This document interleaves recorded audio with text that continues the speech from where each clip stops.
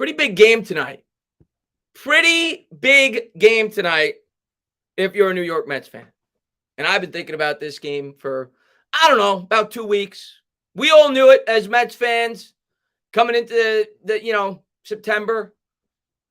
Division was going to come down to this series. We're here. Mets Braves. Mets lead by 1. Jake Degrom on the hill. Stand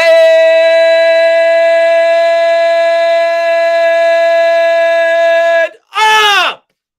New York Mets fans, if you're not excited, if you're a Mets fan, you're not excited tonight, you're never going to be excited. Jake Degrom, we got a chance to control our own destiny. We take 1 out of the next 3, the New York Mets control their own destiny. They will be tied with the Braves, but they own the tiebreaker, and then they just got to take care of business. They take 2 out of the next 3. We got it all but locked up. It's all in front of us. We've played 150 some odd games to get this opportunity.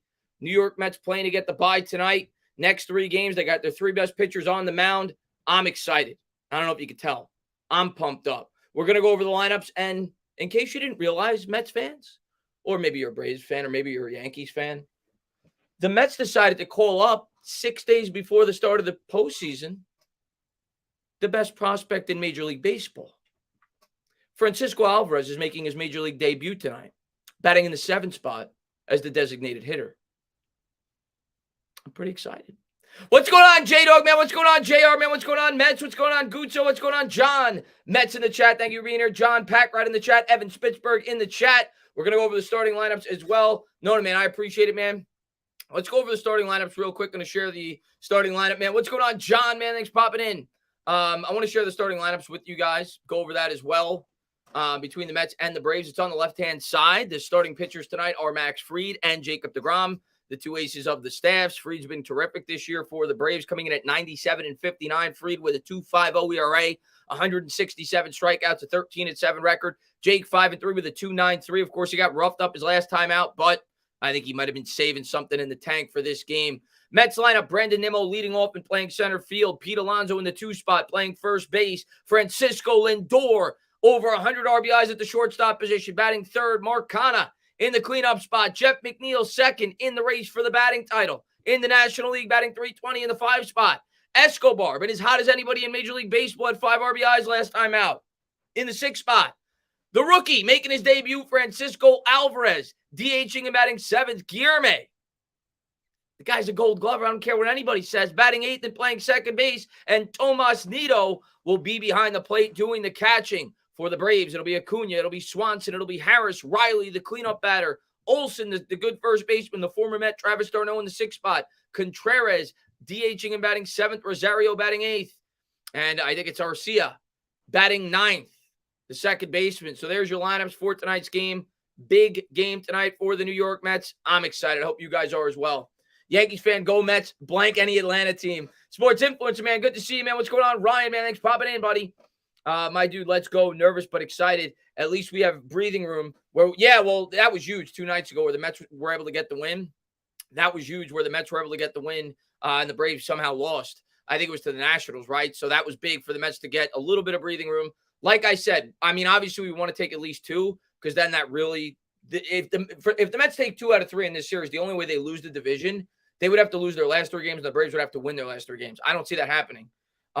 If we win 1, we're tied with the Braves, but we own the tiebreaker. So we still would control our own destiny. And we play the Nationals the last 3 games, a team in which we should be able to beat, should be able to sweep, hopefully. So at a bare minimum, you got to take 1 here. You got your 3 best starters on the mound the next 3 days. Obviously, I want at least 2, but you got to get at least 1. And the Mets have put themselves in a good position to take this division. Gabe, man, good to see you, man. It comes down to this. Time for Alvarez to cook. What's going on, man? Thanks for popping in, buddy. Mets, I'm probably gonna do the stream on here again tomorrow. To be completely honest with you, I'm gonna do. We'll see, but I don't even know what my schedule is gonna be like. But if I'm probably gonna do the Mets game on this channel tomorrow. If we sweep them, we win the division. Well, if we sweep them, it's over. 2 out of 3, it's basically over, Alien. 1 out of 3, it's dicey. So we got to take at least 1. Hey guys, I will be jumping between chat and the Mets game. Judge at bat. Well, yeah, of course, big night today for Judge, right? Going for number 62. I know Yankees fans and baseball fans in general excited about that. An incredible accomplishment this year for Aaron Judge. But I'm obviously, Pumpkin, I'm a Mets fan, and I've been thinking about this series for about 3 weeks. I was so excited today. My friend Adam called me up, diehard Mets fan. We bought the package. So I have tickets now to every other Mets playoff game this year. Probably going to, and we have the ability to buy additional ones. So I'm probably going to sell one and go with maybe a cheaper seat, but I plan to try to go to at least every other Mets game during the playoffs this year. So really excited about that. And hopefully we go on a big run, and maybe this will finally be the year that I get to see my Mets win a World Series. We'll see. This is pretty much the playoffs right here. Yeah, I mean, listen, it's imperative that the New York Mets get a bye in the first round. You avoid the Dodgers. You, of course, avoid the Braves as well. So it's important for the Mets to win this division and set themselves up nicely in the NLDS. So this is huge.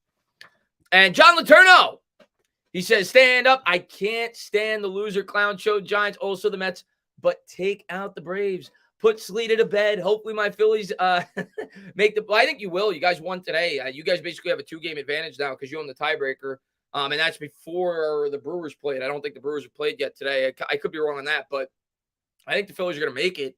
But if the Mets make the win the division, we don't got to worry about you guys until at least the NLCS. And at that point, I'll take my chances. You guys are lined up if you are able to win your first-round series to take on the LA Dodgers, being that they're going to be the number 1 seed. So good luck with that. Actually, no, I'm wrong. I'm wrong about that. If you guys are the 6, we could see you in the second round because we get the winner of the 3-6. So we could see the Phillies in the second round.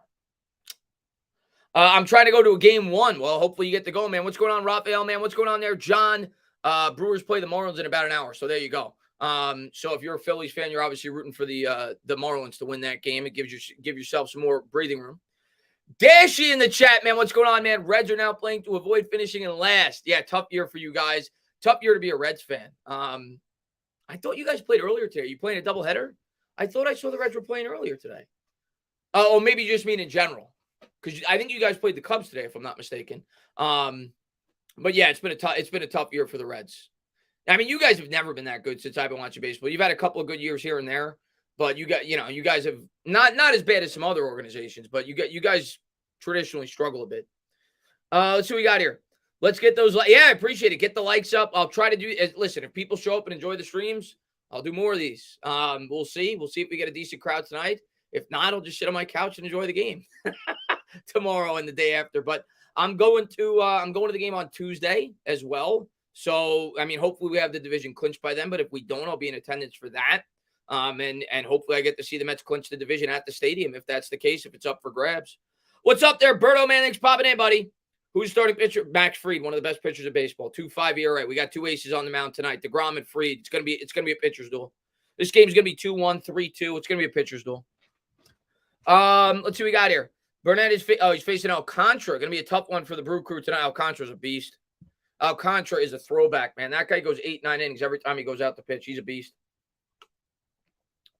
They're showing the Braves Stadium. I actually went to the new Braves Stadium the first year it came out, which I think was 2 years ago, maybe it was 3 years ago. It's a nice stadium. The parking was a nightmare. You had to park like a half mile from the stadium and take a train over to the stadium, or like a tram over to the stadium. But it's a really nice stadium. Very nice stadium. Let's see what we got here. I should sleep in like an hour to get ready for work, but this game is, you can't go. Yeah, you got to watch. I mean, if you're a Met fan, Pack Rat, you got to watch this. This is a playoff game. This has the almost equal significance to a playoff game. So not quite, but pretty damn close. This is a huge game, huge series. The next 3 games are huge. Biggest Mets game since the 2016 wild card. Yep, 100% it's the biggest game. This is as close to a playoff game as you can get. Winner takes the division, and it's not like it used to be where if you got the wild card, it wasn't that big of a deal. Now it's a big deal. The fact that you get a first-round bye, not just that you avoid a round, but even more importantly for a team like the Mets, you'll be able to set up your starting rotation, right? So if we get the number 2 seed, say we take on, the Phillies, for example, in the second round. Say the Phillies use their top 2 starters. They win the first 2 games in that 2 out of 3.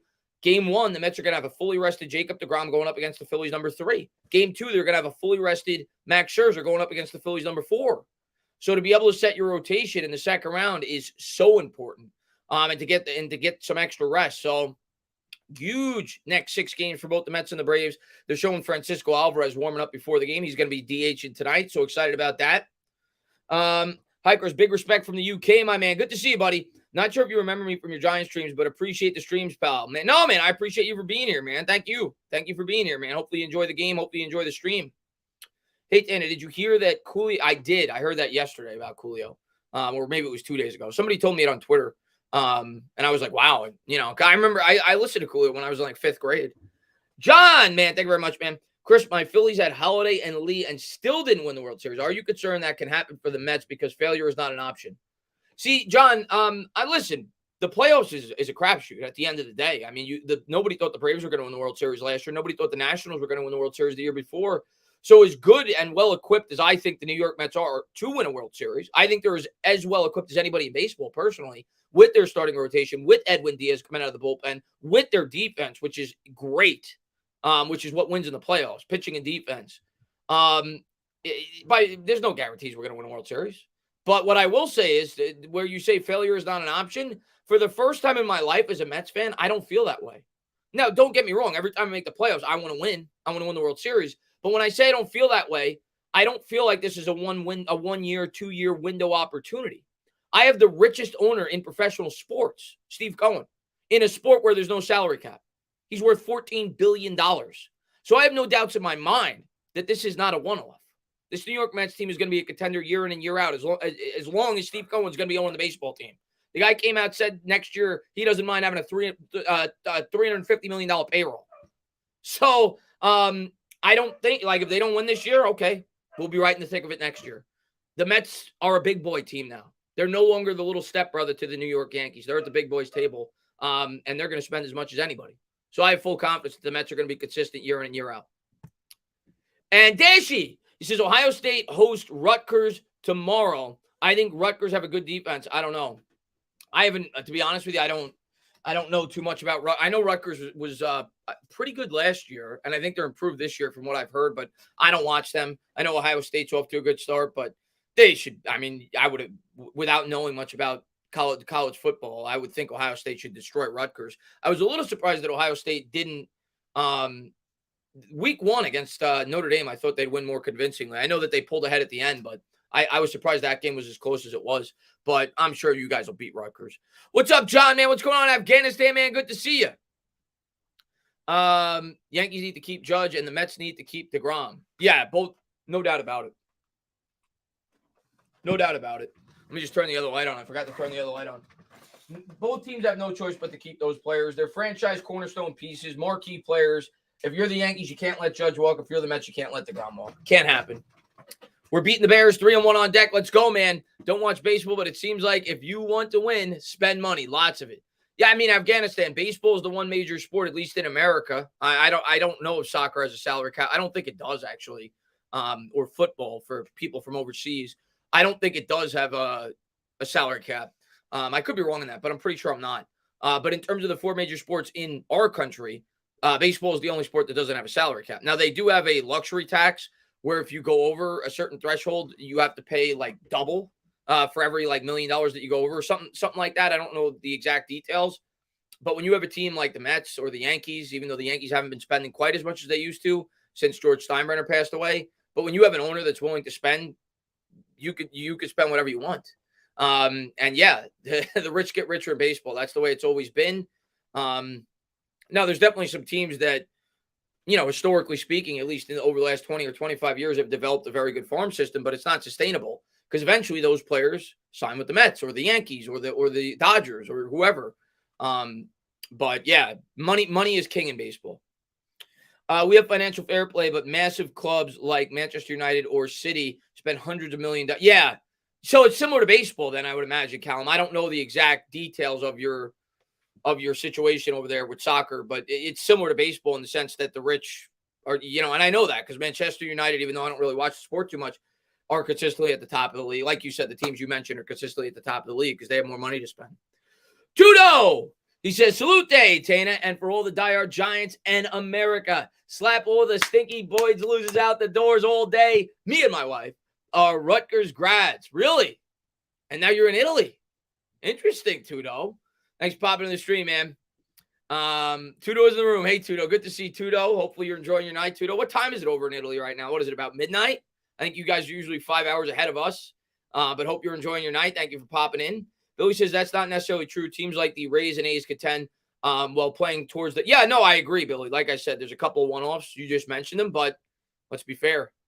Did they win a World Series? You're right. They do an incredible job at consistently being semi-competitive, but they don't win. They got close. Specifically, the Rays got even closer than the A's in recent times. I know the A's have won a World Series, but I'm talking about in more modern day baseball. Generally speaking, the teams that have the higher payroll tend to win in baseball. The Dodgers, the Yankees, hopefully soon the Mets. No pressure, but I think this game's important. You think, Slurpee? You think? Not just this individual game. This series is important. If we lose tonight, obviously I'm not going to be happy, but you got to find a way to get at least one. Obviously, the goal is 2. So we'll see. But we got our 3 best pitchers going. We got Jake, we got Max, and we got Bassett. So you got to figure we should be able to get a couple of wins. We'll see if we can do it. And John, man, thank you very much. Marlins did it twice. This is true. But what the Marlins did, John, is not sustainable. The Marlins basically are basically what the New York Giants did. Now, the Giants were definitely more competitive during those Super Bowl runs because they made the playoffs year in and year out. But the Marlins had 2 years where they got hot and they won the World Series because they built up their farm system. They came up and they struck it big. And then they sold off all the players because they weren't willing to spend any money to keep the team intact. But yes, 2 times it worked for the Marlins. 1997 and 2003, I think it was, against the Yankees. Josh Beckett, obviously, and Livan Hernandez with the 97 team or 95 team, whatever it was. But it's rare that you see a small market team win a World Series. It's rare. And Adam says decent comparison. Yeah, it's not like identical because, like I said, the Giants were at least always in the playoffs or at least 500 for like that 7-year stretch with Eli Manning over the first half of his career. But the Giants were a team that got hot. And they got hot at the right time twice, similar to the Marlins. It was kind of stretched out over the same amount of years or at least a similar amount of years. Well, if the Mets could sweep the Braves, they clinch the division. No pressure. 1 game at a time, my man. I'm going to tell you, Billy, I hope I'm going to the game on Tuesday. So today's Friday, Saturday, Sunday. I think Tuesday. Do we have a day off in between? Let me take a quick look. I think Tuesday's the 2nd game of the National Series, if I'm not mistaken. Let me double check. Because if it is, I think there's a good chance, potentially, that the Mets could be clinching that night. So I'm going to that game. So I'm looking forward to that. Let me see. Yes. So I'm going to the second to last game of the year, Tuesday, 7-10 against the Nationals. And I got that game circled. Hopefully that going into that game, the Mets either have clinched it already or have an opportunity to clinch going into that game. So we'll see. Marlins are cool. I live in Florida, but they suck. Go Yanks. And Chris, you give JJ a wrench. We're sweeping the Braves. JJ? Yeah, why not? There you go, JJ. Thanks for popping in, buddy. Well, if the Mets could sweep, I already read that. But I'm not expecting a sweep. I mean, the Braves are really good. If we could take 2 in Atlanta, that's a win. You stretch the lead out to 2 with the tiebreaker, so basically 3 with 3 games to play. You pretty much clinch the division at that point. So we take 2 out of 3. We're in really good shape. Let's see what we got. Yeah, JJ says 2 out of 3, and I'm thrilled. Yep. Chris, what's the update on Marte? I haven't gotten an update. I haven't heard anything about starting Marte the last couple of days, actually. I haven't been looking. Obviously, he's been out with an injury now for a bit. Won't be ready to return for the key Braves series. That's all it says. Hopefully, he's back sooner than later. We need him. We're going to need him for the playoffs. Even more of a reason to win the division and get a bye. Gives you more time for Marte to get back ready to go for the playoffs. But, yeah, starting Marte has been huge for the Mets this year, and we've missed his bat. Hopefully, we replace it with Alvarez in the lineup. Ruff hasn't been very good. So the Mets decide to call up Francisco Alvarez 6 games before the playoffs start for the Mets. And hopefully he has an impact tonight as well, batting in the 7th spot.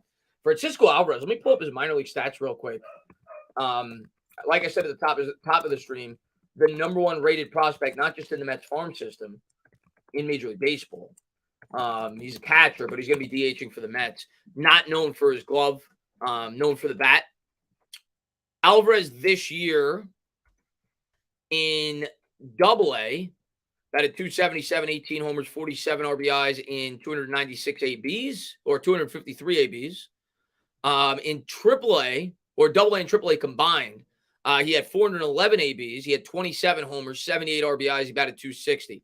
So he's got some pop, for a catcher. 411 at best, have 27 home runs, and he's still young. He's only 20 years old. So this kid's got a very bright future ahead of him. Super excited to see him play tonight.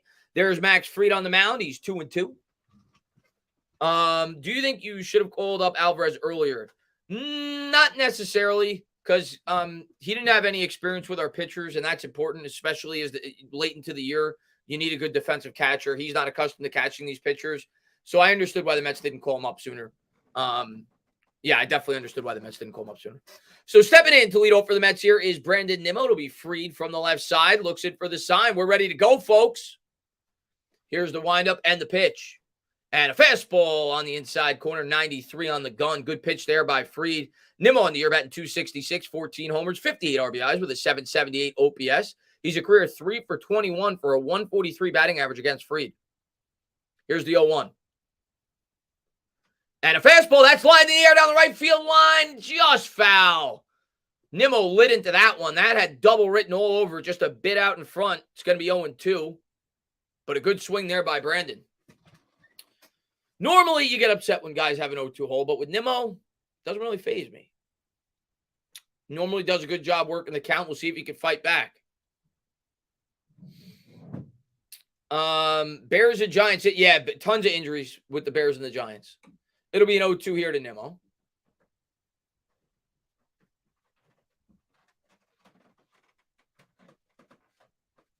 Come on, Nimmo. Get on base. Here's the pitch by Fried. And that's a changeup fouled off. We'll do it again.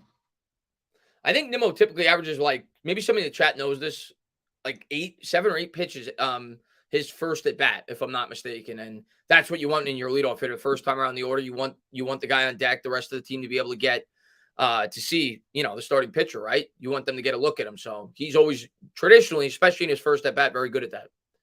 This will be the 4th pitch of the at bat to Nimmo. Here's the 0-2. Come on, Brandon. And a good job there, laying off the changeup, 1-2. So now we'll get to the 5th pitch.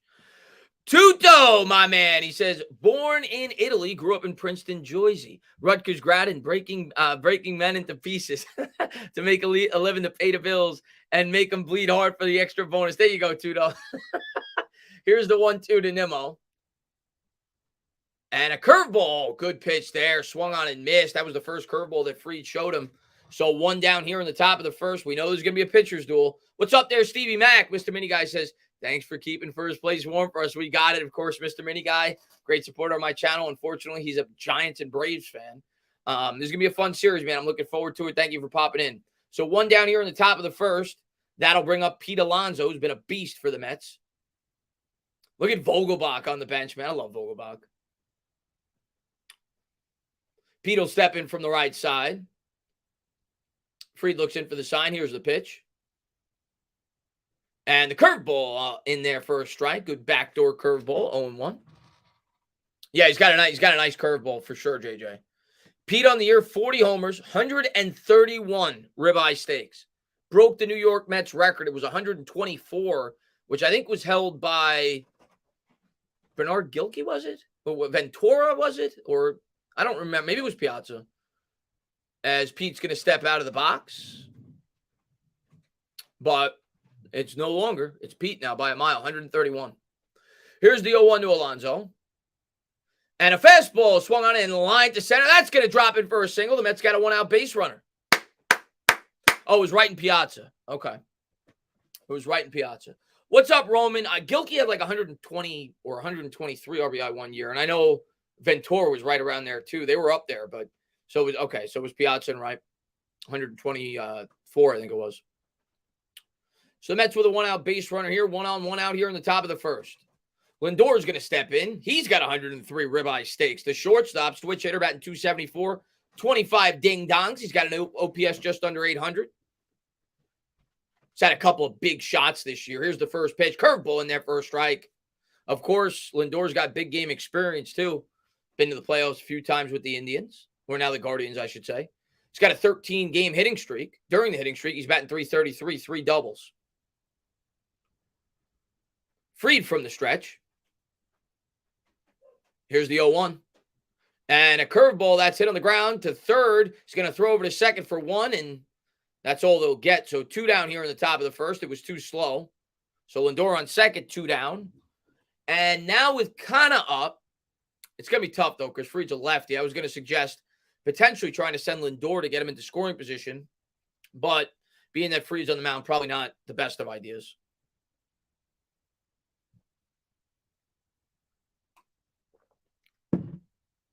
What's up there, Maestro Man? Thanks for popping in, buddy. How dare you call them? Kind of at 265, 12 homers, 56 RBIs. Career versus Fried. He's actually had good success. Probably why he's batting in the 4 spot. He's 4 for 10 as Lindor leads from first. Fried from the stretch. Checks in on Lindor, comes to the plate, and that's in there for a strike on the outside corner. 0-1. Authentic in the chat. Not a Mets fan, but just showing some support. Biggest Mets game since 2016. Biggest Mets series since 2016. So it'll be an 0-1 here. Runner on first, 2 down here in the top of the first. Good to see Authentic. What's the Mets weakness going into the playoffs? We'll talk about that in a second. Here's the 0-1. Lindor with a good lead off first. Here's the pitch. And a curveball just got a piece of that. Fouled it off the nub. 0-2. Mets biggest weakness going into the playoff. I mean, it's probably the bullpen, specifically the left-handed reliever. You know, the Mets didn't really pick up one at the deadline. I figure maybe Peterson will take that role in the playoffs, but I would say that's probably the biggest weakness, the middle relief. Starting pitching, we're good, obviously. We got, I think, the best closer in baseball with Diaz. Probably could use another big stick in the lineup, but I would say probably the middle relief, specifically a left-hander out of the bullpen. It'll be an 0-2. Lindor leads from first.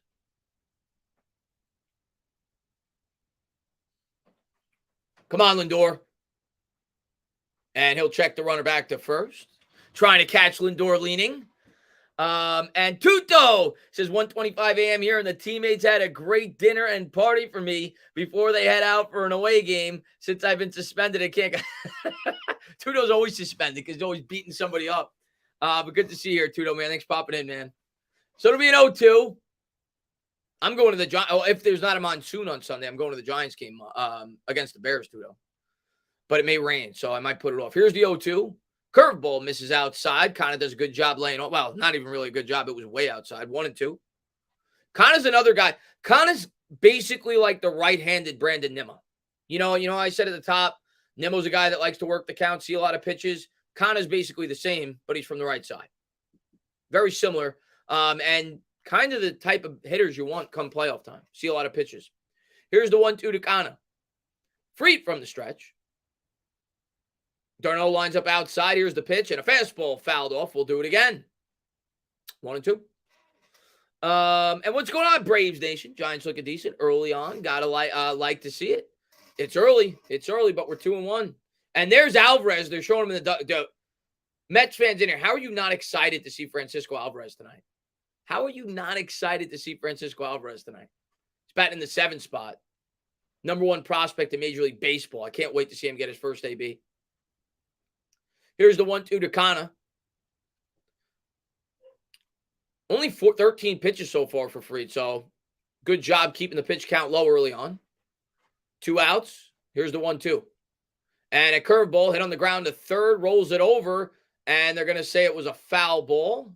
We'll do it again.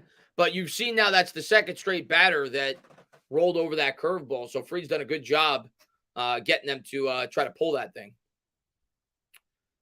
And let's see what we got. Why isn't he catching? Because he's not a good catcher. That's why. Yeah, Tomas Nido is a much better defensive catcher. Alvarez is up for his bat, not for his glove.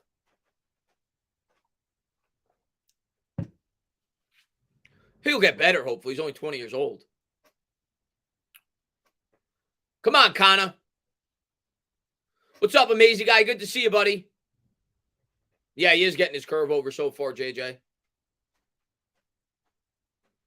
Freed from the stretch. Comes to the belt. Looks in for the sign. Come on. Hang one. Hang one of those curveballs. Come on. Here's the 1-2. There's a curveball. That's hit on the ground to third. He'll flip over to second. That'll do it. We'll go to the bottom of the first. No score. Don't panic. You know there's going to be a low-scoring game. You got two of the better pitchers in baseball on the mound tonight. You got Freed versus Jake. Jake's going to have to bring it tonight. We know that. The Braves got their stud. We got our stud. We'll see which stud shows up better. Can we get rid of James McCann? Yeah, he stinks. Yeah, he's only 20, Dylan. He's a baby. The GOAT, what's up, Wilhelm, man? Thanks for popping in, man. So I assume next spring he will be catching a bunch. Yeah, I mean, I don't know if he's going to be the everyday catcher. He's probably going to split time between DH and getting some catching. He's got to improve, though, defensively. And I think there's a good chance he actually makes the playoff roster, Adam. I could see him being utilized as a DH in the playoffs. A guy off the bench, you know. Why can't he beat out a guy like Ruff? Ruff's been bad for the Mets. So I could definitely see Alvarez making the playoff roster for sure. And I appreciate that Devontae, man. Thanks for popping in, man. Degrom is about to get shelled. Wow, Braves Nation coming in with the heat. Hey, listen, Jake didn't look great last time out. We'll see. We'll see how he responds. I kind of think he was probably saving something for this game, for the playoffs. But we'll see. Saved a little gas in the tank. Tudo! He says, Tana will be at London Stadium on October 9th. Giants match against Karen Rodgers. Very same stadium we were at for the 2016 Rams. Also, I was a part of the Italian national rugby team against Wales last March. Tudo, you're the man, dude. Enjoy the game. Man, dude, he comes here every year to see the Giants play in Philadelphia. Now he's going to London. I should have went to that London game, man. That would have been an excuse for me to go overseas. My sister actually just went to London. She flew out yesterday. I should have went to London. The goat loves humidity. Let's go, man. Chop. What's up, Harlem, man? Thanks for popping in. Alvarez says, sup, Chris. Today I saw your vid when Galladay was selected. Didn't age well, but nobody could see the future. I mean, Alvaro. Almost every Giants fan was excited when we got Galladay. Pretty much everybody, because we were desperate for a wide receiver. But yeah, no, definitely did not age well. He's been a bum since he's been a New York Giant. Degrom on the mound. Let's go, Jake. Come on, Jake. One of the biggest starts of Jacob Degrom's career on the mound here. Playoff atmosphere in Atlanta. Let's go, Degrom. Acuna's going to lead off for the Braves. Here's the first pitch by Jake. Fastball, first pitch, swinging, fouled off down the first base line. 99 on the radar gun. All right, Jake, I see you. He's got to locate well tonight. Braves got some good bats. Definitely have a lot of power in this lineup. Acuna on the year batting 267, 15 homers, 49 ribeye steaks. Season versus the Mets, 315, 1 homer, 8 ribs. Here's the 0-1 from Degrom. Fastball, 100 mile an hour on the gun. Misses outside, 1-1. So Jake's come with 2 fastballs. Trying to work the outside part of the plate. See if he comes with that signature Jake slider. Here's the 1-1. And that's another fastball rolled over to short. Lindor will field it. He'll flip to first. 1 up, 1 down. 3 pitches, 1 out. Let's go, Jake. Keep it going, baby. Come on, baby. Mets facing off against the defending champs. Gonna be a hell of a series, man. Mets starting infield. Escobar at third, Lindor at short, Guillermo at second, Pete Alonso, 2-time All-Star over at first base. Tomas Nido will be doing the catching. In the outfield, left to right, it'll be Marcana. It'll be Brandon Nimmo. It'll be Jeff McNeil. McNeil, of course, Mr. Utility. Could kind of play him all over. He's been super valuable with his glove all over the field. He's played some left field, second base, right field. They've moved him all over. Obviously playing right field right now because of Marte being down. Swanson will step in. 1 out, nobody on. Here's the first pitch from Degrom. And there's a fastball, first pitch swinging. Fouled off down the first base line. Braves are not shy up there so far against Degrom. They've been first pitch swinging the first 2 ABs. Looking for 1 pitch to pop. Swanson's had a good year for the Braves, batting 276, 22 homers, 92 RBIs. Here's the 0-1 from Degrom. Looks in for the sign. Here's the windup. And the 0-1. Fastball just misses knee high outside, 1-1. Most games played since the start of the 2020 season. They're showing here Dansby Swanson leads Major League Baseball with 377 games played. Pete Alonso was actually fourth on that list with 365. Here's the 1-1 from Degrom. And a fastball swung on and missed, changed the eye level there. 100 miles an hour. All right, all right, all right. Come on, Jake. Keep it going, baby. Here's the 1-2 from Degrom. Come on. Come on. The windup and the pitch. And that is fouled off. We'll do it again. Wolves, what's going on, man? I just beat the Blazing Challenge at B-Dubs. Let's go. There you go. Well, I'm assuming that means you had to eat really hot wings at Buffalo Wild Wings. That's what I'm going to assume it is. So good for you. I like spicy food. I'm not obsessed with it, but I can eat spicy food. But congratulations. Here's the 1-2 from Degrom. Swung on and missed. Chased the slider out of the zone. That is Degrom's best pitch when it's working. That thing just falls right off the table. 2 up, 2 down here in the bottom of the first. Look at this thing. Oh, made Swanson look like a fool. Let's go, baby. Richie James, best wide receiver, 1. Oh, God. Michael Harris stepping in. He's been tremendous this year for the Braves. And he's been okay against the Mets. I thought he's been better. 9 for 40 against the Mets. Not as good as I thought. He'll step in from the left side. He's been great, though, for the Braves this year. Really good young player. Here's the pitch by Degrom. First pitch, fast, but you've seen the first 3 batters for the Braves. They are not getting cheated. All 3 of them swung at the first pitch. They've been looking for the heater, and they're going for it. Fouled off, 0-1. Harris on the year batting .305.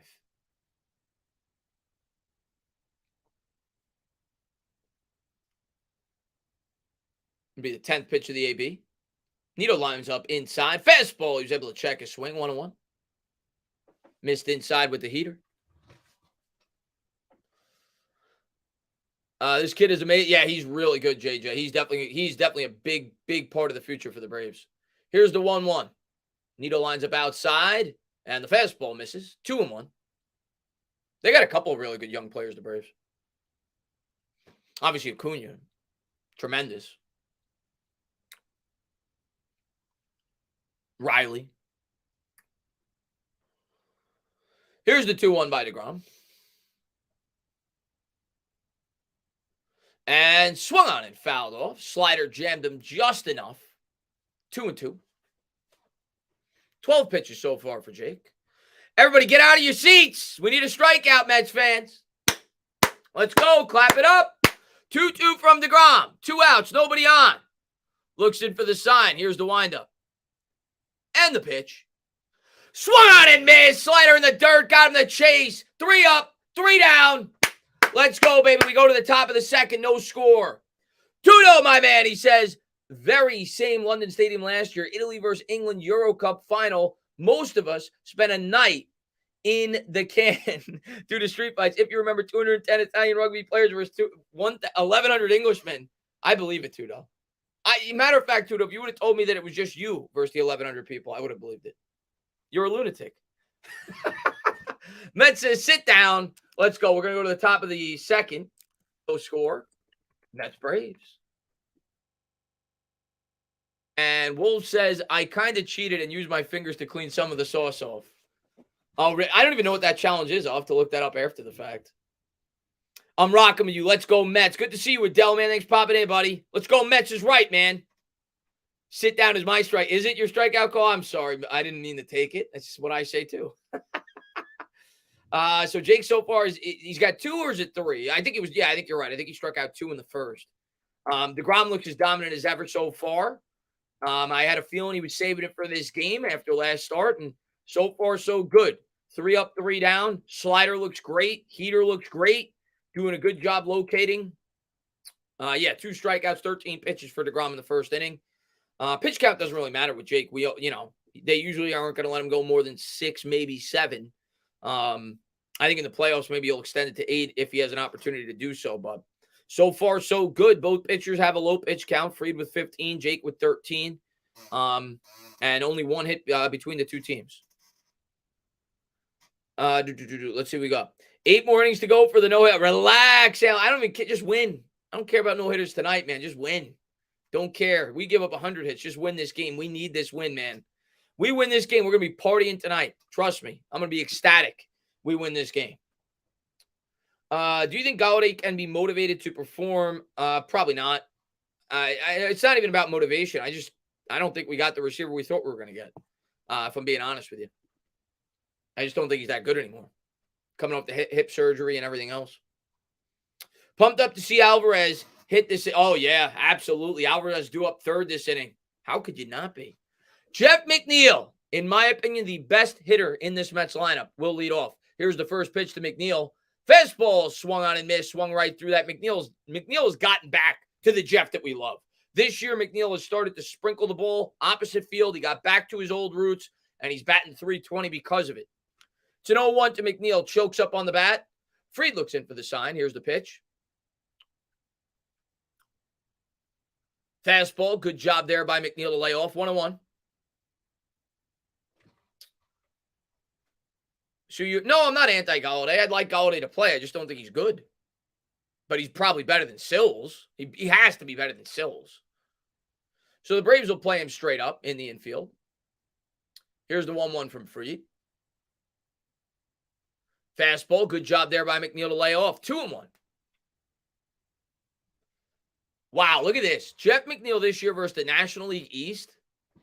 In 61 games versus the National League East, Jeff McNeil is batting .378. Holy crap. Here's the 2-1 to McNeil. And the slider misses downstairs. 3-1. Mets trying to get a leadoff base runner on. Come on, baby.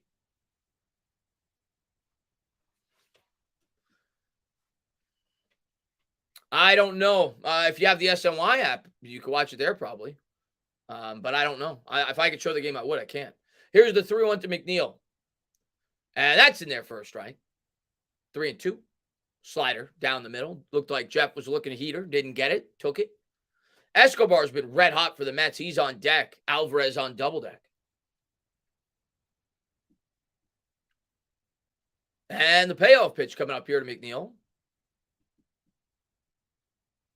Swung on and hit in the air. Left center. It's going to hang up. Oh, no! A horrible play by the left fielder. He played that awful. And that's going to drop in. I'm assuming they're going to call it a single, but he must have lost that ball in the air. Rosario, as that ball was able to fall right in front of him, looked like it definitely hung up long enough to make a catch, but the Mets are going to have a leadoff base runner with a single. McNeil continues to try to have a late push for that batting crown, that batting title. He's batting .320. I think Freeman's batting .327. Let's go, baby.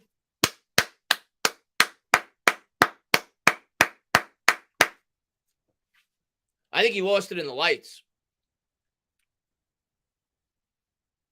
Escobar's been red hot, stepping in from the right side. Here's the first pitch. Curveball. Oh, what a horrible call. Oh. Calls it a strike. Escobar in September is batting .330 in 25 games with 8 homers and 24 ribeye steaks. For the year, he's only batting .240, but he's been hot down the stretch. Here's the 0-1.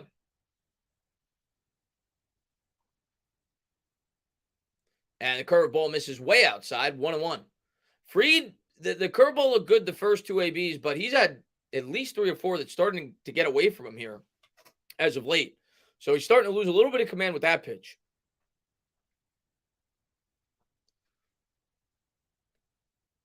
Here's the 1-1 from Fried. Darno lines up inside, and he's going to check the runner back to first. Keeps McNeil honest over at first base. Tough series is right, Alvaro. Biggest series of the year, man. Escobar feeling amazing. Let's go. It'll be a 1-1 to Escobar. Lefty-righty matchup. Looks in for the sign. Here's the 1-1. Come on. Fastball, that's line. That's in there for a single. The Mets got 2 runners on to start the inning. Escobar continues to be red hot, and that's going to bring up the rookie. Francisco Alvarez. How about this? Debut, biggest Mets game since 2016. Your first at-bat in a Major League uniform. Number 1 prospect in baseball. No pressure. First and second, nobody out. Let's go, Rook. Let's see what you got. Alvarez going to step in. First and second, nobody out. Steps in from the right side. Freed from the stretch. Here's the first pitch. Curveball, that is laced. Oh, what a rocket. Are you kidding me?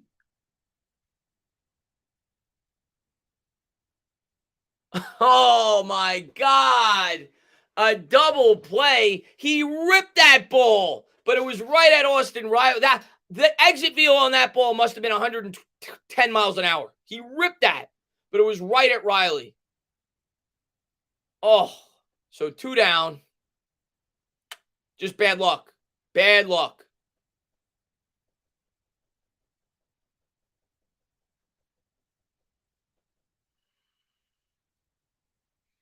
Kid looks good, though.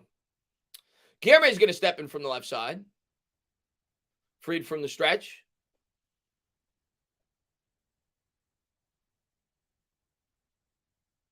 Fastball misses downstairs. 1-0.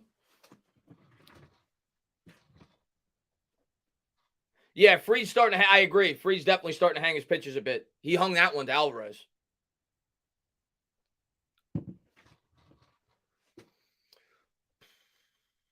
But he's a good pitcher. He could find himself. Here's the 1-0 from Freed. And that misses outside. Good job there by Guillermo to lay off. 2-0. Hopefully, Guillermo, even if we don't score this inning, hopefully he gets on, because then at least you clear Nito for the next inning. Otherwise, Nito's going to lead off in the third. So hopefully, if nothing else, he gets on base. Luis, one of my favorite players on the team. It'll be a 2-0 to him here. Freed from the stretch. Here's the pitch. Fastball line the other way. And it's going to drop in. He slid to try to catch it. It bounces off his glove, and the Mets are going to play to run. Luis Guillermo, the unsung hero for the New York Mets. We get a fortuitous bounce. I don't care. 1-0 Mets. Let's go. Come on, baby. Big start. Let's go.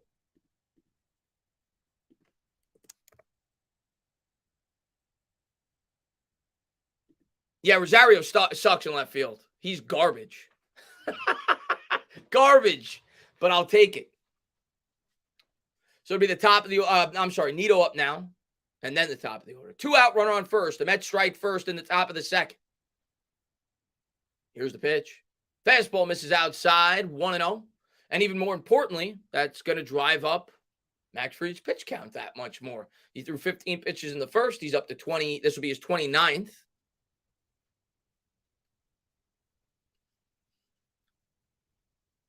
Here's the 1-0 to Nito. Got to take a strike. And that misses outside. 2-0.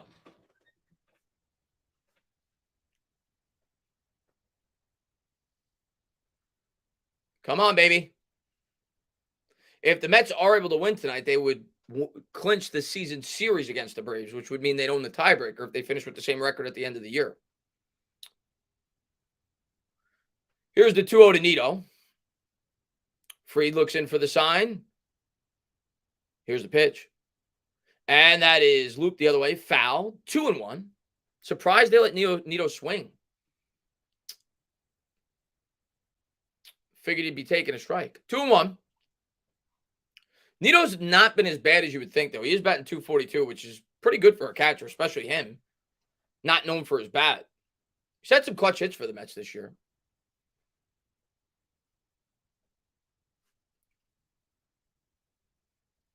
Here's the 2-1 to Tomas. And a fastball line the other way. Foul. That'll reach the seats. That'll even up the count at 2 apiece. Let's sweep the Braves. Snipe says, let's go, man. Yeah, get the pitch count up. Exactly. He's up to, this will be his 33rd pitch. You get Fried out after 5 or 6 innings. That's a win.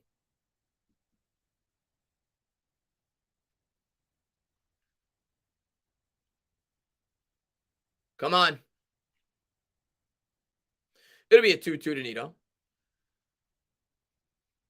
Fried comes to the belt.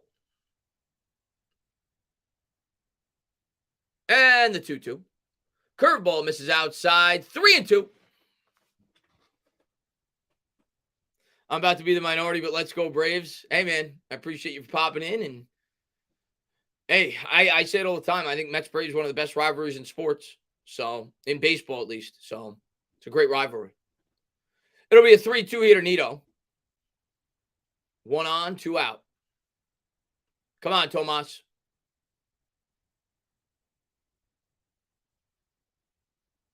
Fastball, hit the other way, foul.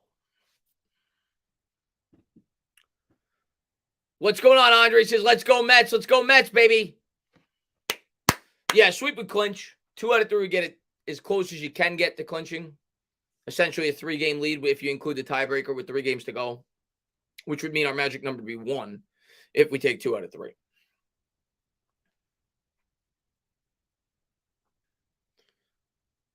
Here's the payoff pitch to Nito.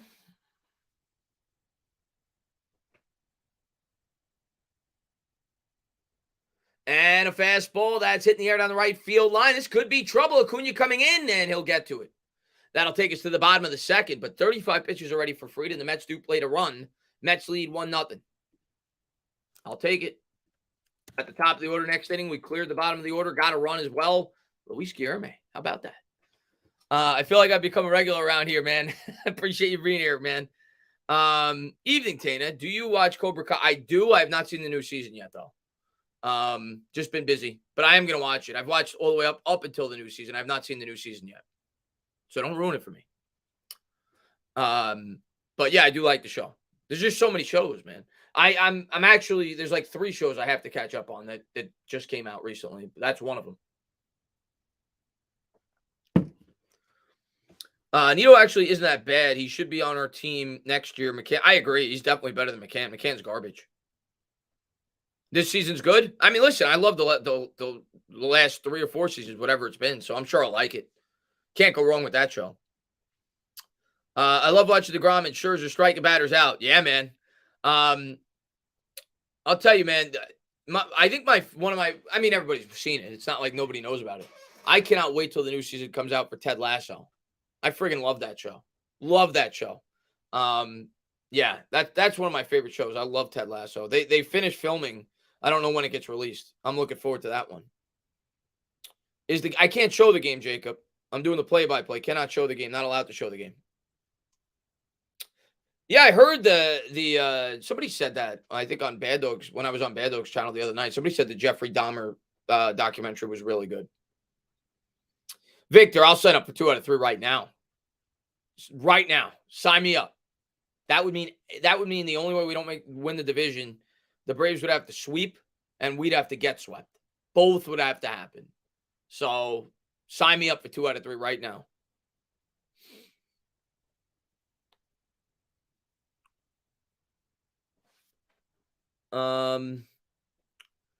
Let's see. Hey, what's happened to the internet? Got weird for a bit. I have no idea, man, but good to see you, Body Knowledge, man. Thanks for popping in, man. Well, I would imagine the Dahmer show would be disturbing. It's about a serial killer, right? I mean, here's Degrom. Riley will lead off. Always a huge threat from the right side. Here's the first pitch. Fastball misses outside, 1-0. Degrom has tried to work the outside part of the plate with the heater through his first 3, now 4 batters. And Riley's actually the first one who was not swung at the first pitch. Here's the 1-0 from Degrom.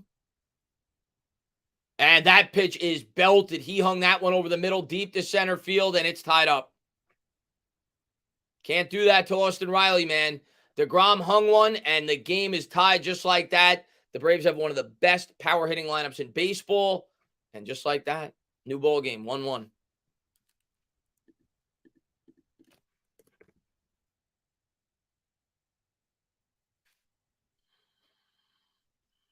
$105 miles an hour on the exit velo. And Austin Riley just hit an absolute missile. The slider hung right over the middle. Can't happen.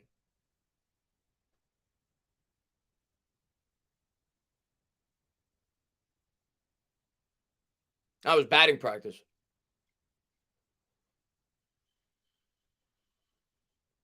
So Olsen will step in, see if Jake could stop the bleeding. Here's the first pitch to Olsen. Fastball, first pitch swinging, fouled off. 0-1.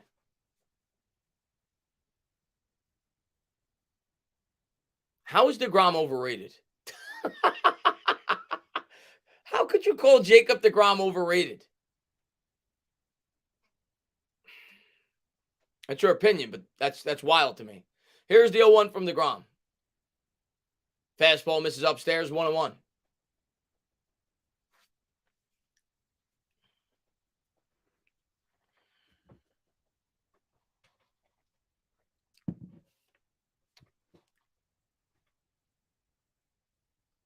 Here's the 1-1 by Degrom. Nito lines up inside. The slider misses. 2-1.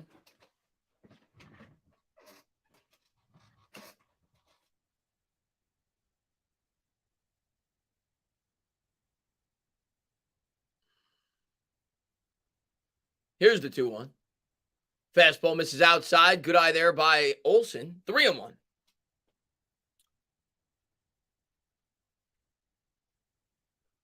And there's the former Met, Travis d'Arnaud, in the on-deck circle.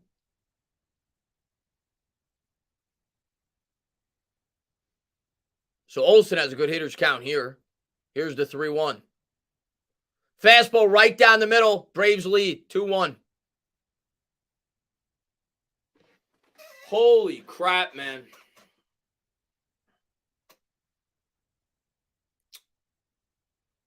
Back-to-back homers to start the second, and the Braves lead the Mets 2-1.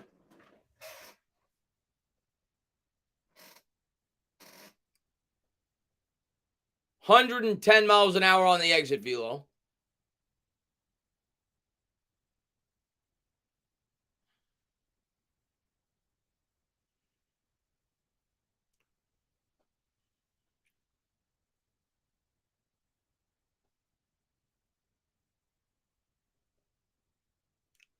Absolute bomb. So 2-1 Braves. d'Arnaud up, the former Met. First pitch swinging at the fastball. He swung through it. I don't know when Marte's coming back. Hopefully before the playoffs. We're going to need him. 2-1 Braves. d'Arnaud in the year batting 270, 18 homers. And the fastball misses outside. Now DeGrom's overthrown a bit. 101 miles an hour there. 1-1.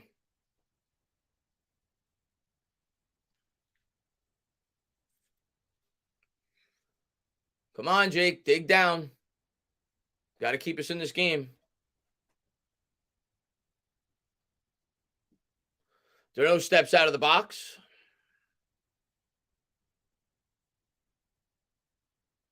And the 1-1. Fastball that's hitting the air to center field. That's a can of corn. 1 down. Nimmo brings it in.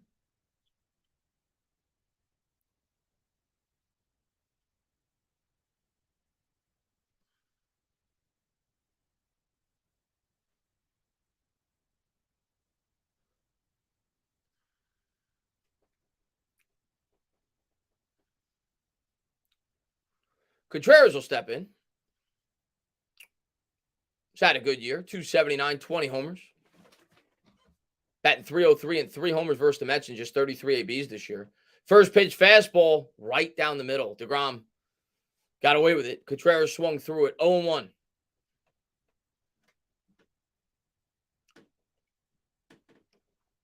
Here's the 0-1 from Jake. Fastball in the inside corner. 0-2. That was a good pitch. Throw a slider out of the zone, please. Here's the 0-2. And there's the slider out of the zone. Rolls it over to short. Lindor fields it. Throws to first. 2 down.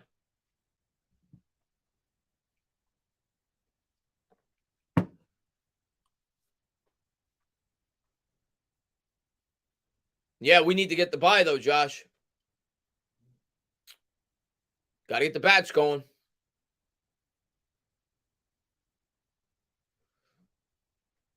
This Braves lineup is so dangerous. You could, I'm not saying Jake doesn't have his A+ stuff, but I'm saying you could even have your A+ stuff. Doesn't matter. You make 1 or 2 mistakes to this Braves lineup, they got power throughout the entire lineup, man. Rosario stepping in here for the Braves.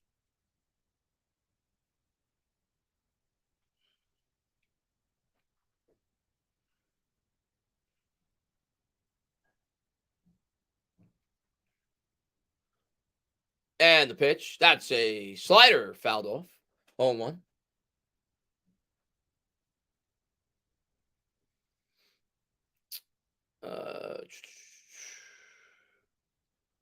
I think Jake will get it together, but we got to get some runs, man. Got to get some runs. Not going to be easy. Freed's good.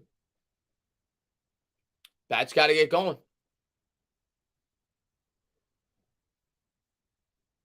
Here's the 0-1 by Degrom. And that misses upstairs. 1-1. 99 miles an hour on the gun.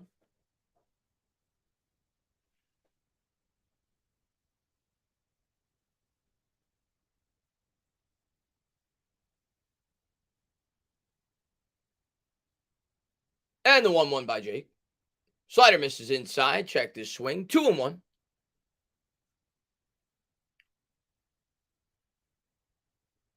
What's up, Mike? I won't do Mets streams anymore then.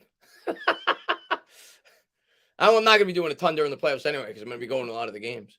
Here's the 2-1 by Degrom. Fastball misses inside. 3-1.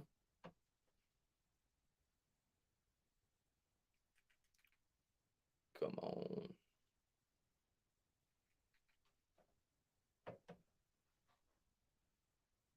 Come on, Degrom.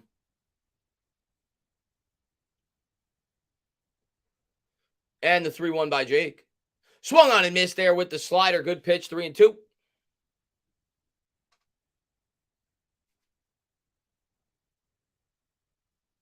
I mean, Degrom got hurt last year.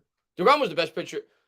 Last year, before the injury, Jacob Degrom had the best half of a season in the history of baseball, probably for a pitcher. That's how dominant he was. He got hurt. Here's the 3-2.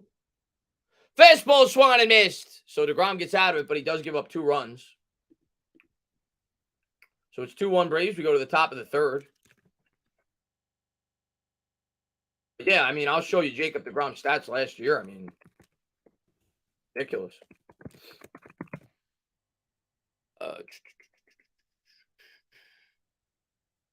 This is Jacob Degrom's stats last year before he got hurt.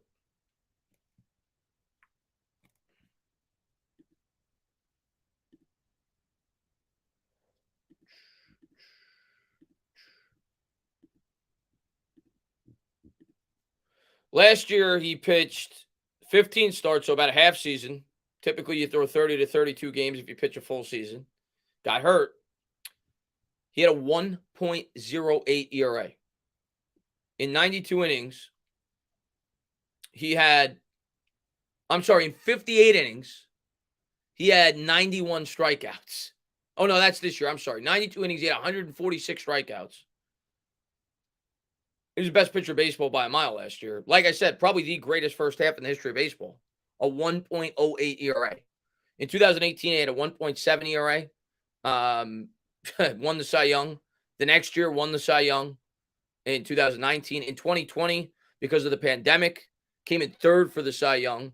Had 104 strikeouts, led baseball with a 2.38. And last year, before the injury, had a 1.08 in 15 starts. Jacob Degrom is the best pitcher in baseball since 2018 or whatever.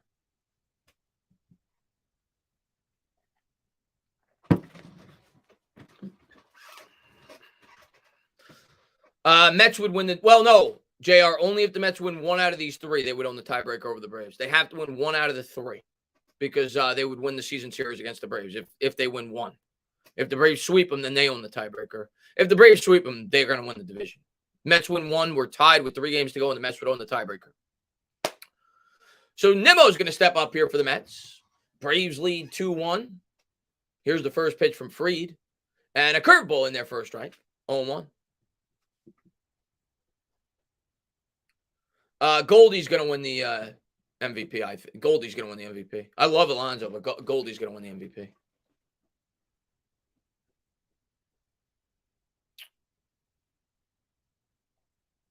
Here's the 0-1 to Nimmo. Fastball misses upstairs. 1-1.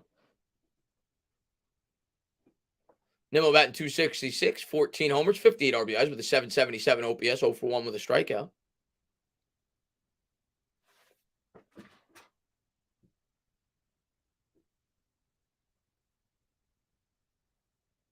And the fastball swung on and fouled off. Good cut there by Nimmo. 1-2. If the Mets win 2 out of 3, they only have to, yeah. Or the Braves would just need to lose one. We could even get swept if the Braves lose 1 out of their final 3. We would win the division if we took 2 in this series. Here's the 1-2 from Fried. And a fastball jammed Nimmo, but he able to stay alive in the at-bat. He fouls it off. So again, seeing some pitches. This will be the 40th pitch by Fried. No outs here in the top of the 3rd. See if we get something going. Let's go.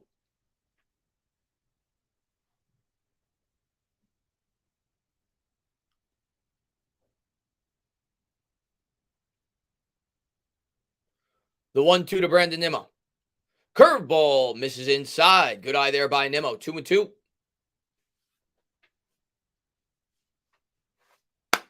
Come on, Brandon.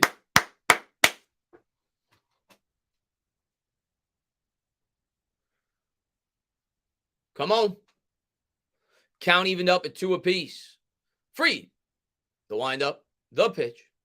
Curveball. Chopped on the ground. Foul. Nimmo continues to battle.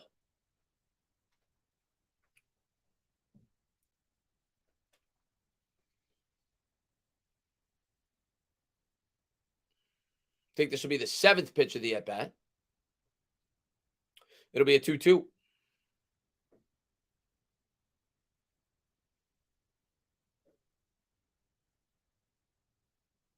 Come on. Fastball chopped on the ground. Looked like Nimmo stumbled coming out of the box, and they'll throw him out at first. So 1 down here in the top of the 3rd. Easy play for Swanson. They got a quote from Scherzer talking about the Braves start he's got coming up. The pressure is a privilege, not a problem. I really enjoy being where you are expected to win. And that's what we're here to do. That's my job, and I love it. Well, Max, you better do your job tomorrow, and we'll love you. 1 out here in the top of the 3rd. Scherzer's the man.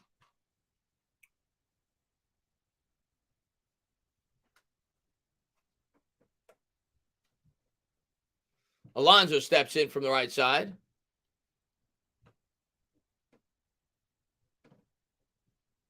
Here's the pitch from Fried. And first pitch, swinging fastball. That's going to hang up for an out. 2 down here in the top of the 3rd. So he makes quick work of Alonso.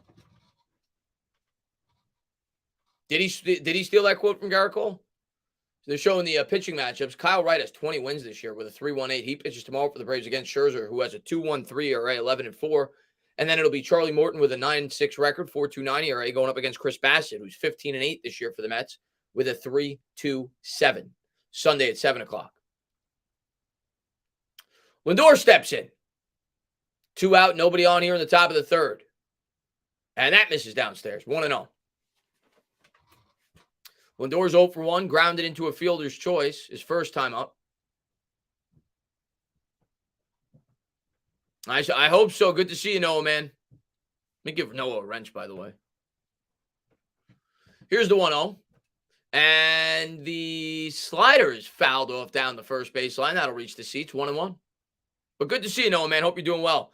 Joey Musa in the chat. We got to get it going. We're down 1, man. We're down 1, Musa. Good to see you, buddy.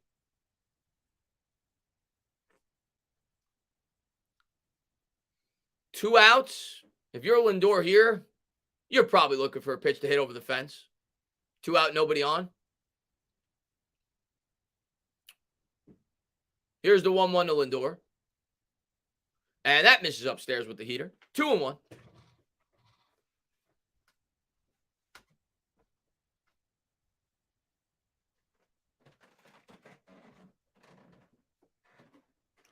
You want Scherzer game 1? Here's the 2-1 to Lindor. And the fastball swung and fouled off. I might not disagree with you the way that Jake's looked his last 2 starts.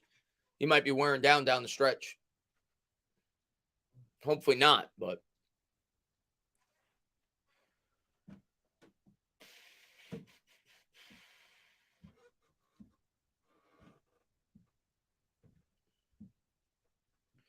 Here's the 2-2. And the curveball, he swung through it. That'll do it. We'll go to the bottom of the third. 2-1 Braves. You got to remember, Jake, he hasn't pitched in over a year, so he might be hitting a bit of a wall. Who knows? Hopefully not. MH, good to see you, man. Hope you're doing well, buddy.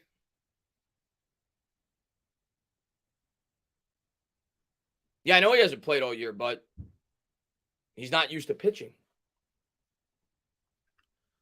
Yeah,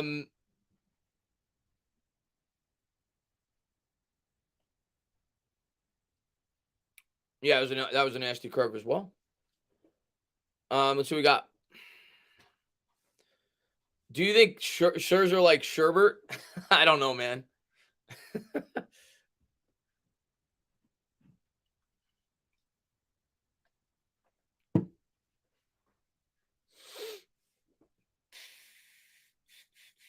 It's not like though. I mean, the velocity's there, just not doing the best locating.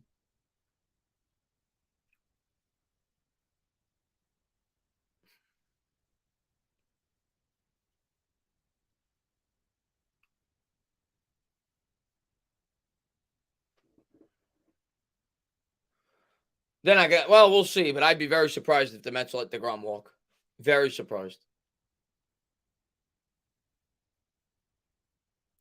Thoughts on the Alvarez? No, I don't think it's rushed. I think it's fine because he's not catching. He's just coming up to be a DH. So I think it's fine. Darren Ruff's not very good. So if he could help us in the playoffs, I'm all about it. I think he's, he looked good his first at bat. He crushed that pitch, just hit it right at him. So, no, I think it's fine. I don't think it's a big deal. As long as he's not playing in the field. I don't want him catching in the playoffs. We could just use Degrom out of the bullpen in the playoffs. No. He's pitching in the playoffs. He's starting. What would be your rotation order then if Scherzer's one? Well, Jake would be 2. But the reason I would consider fastball swung and a miss. The reason I still would probably consider Degrom game 1 and Scherzer game 2, I'll say it in a second. Here's the 0-1 from Degrom to Arcia. And the fastball misses outside, 1-1. I would trust in an emergency situation, an elimination game, I would trust bringing Scherzer out of the bullpen on short rest more than Degrom. Here's the 1-1. And a fastball that's lined to center for a leadoff single here in the bottom of the third. So that's the only reason why in a 5-game series I'd consider Jake game 1, Max game 2, because then game 5 you come with Jake, but you could bring Max out of the bullpen where you can't do the reverse. If you start Max game 1 and go with Max game 5, if you want to lose, you're not going to be able to use Degrom out of the bullpen. I don't think they would do that, but that would be my only line of reasoning why I would consider Jake game 1 and Max game 2. But right now, I have more trust in Max. I agree with you. So runner on first here. Nobody out here in the bottom of the third. Acuna's going to step in. So top of the order for the Braves. Bassett 3. Yes, for sure. And Acuna will call a timeout.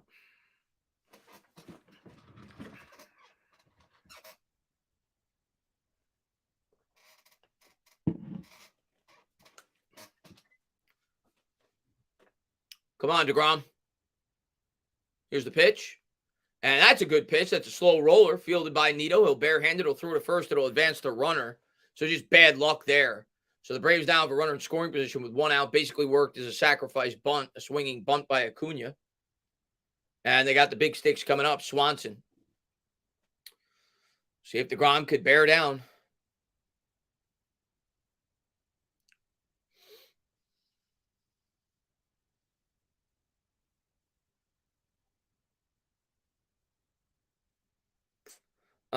If we only get the wild card, we likely won't even get to the lineup the rotation the way we want.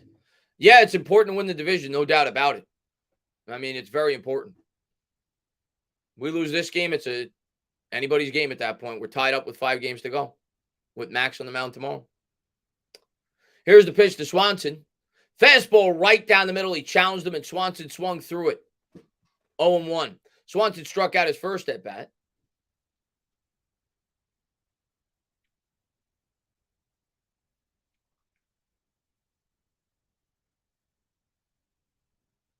Degrom looks the runner back to second. Comes to the plate. Fastball, rides up and high and in, 1-1. And they're showing the replay of that pitch to Riley right down the middle. I think that was a slider that he hung. And then the next at bat, same thing, right down the middle. That one, I think, was a fastball.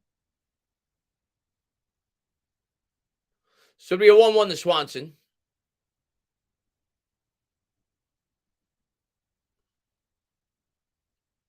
Slider swung on and missed. He swung through that one, 1-2.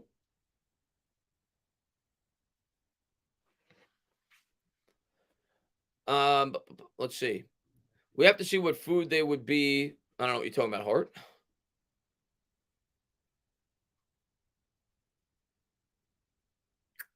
Come on, Jake, get out of it. Get out of it. Come on. 1 out, runner on second. Here's the 1-2 by Degrom. Come on. Fastball, jammed him in, fouled it off. Do it again. That rode inside on Swanson. Not like Riley and Olsen are scrubs. I mean, he's definitely got his stuff. He missed with those 2 pitches, though. He's throwing 100 miles an hour. He just hung those 2 pitches. You hang pitches to hitters like that, they make you pay. Here's the 1-2 to Swanson. Degrom will look the runner back to second.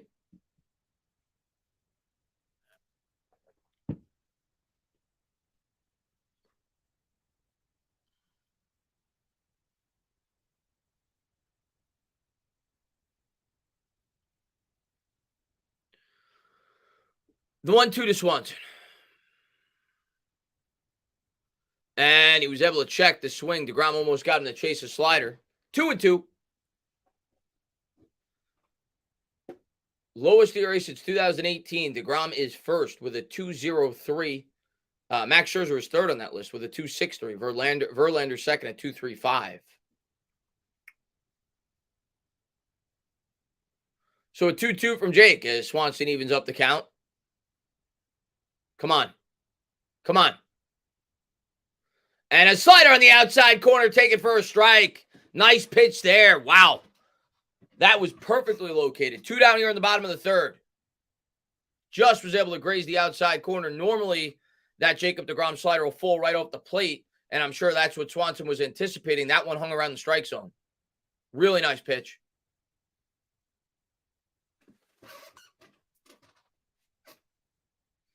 Perfect pitch. Let's go.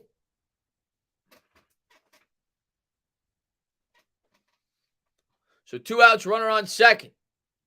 Danger at the plate. 3, 4, 5 coming up for the Braves. Here's the pitch. First pitch, fastball, hit back up the middle, but the Mets have him fielded perfectly. Lindor, what happened? They got the runner off a third. What is going on? They got him in a rundown. Nito runs it back to the bag. Here comes Escobar. Escobar flips it to Alonso, and they're going to get out of the inning.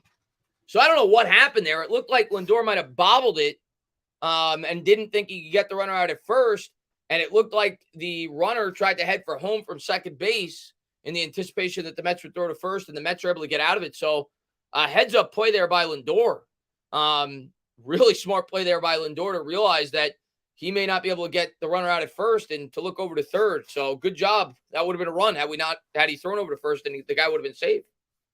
So really smart play by Lindor. All right, we go to the top of the fourth.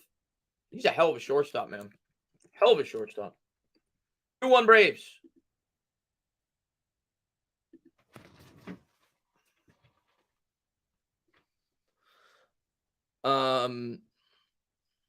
Let's see.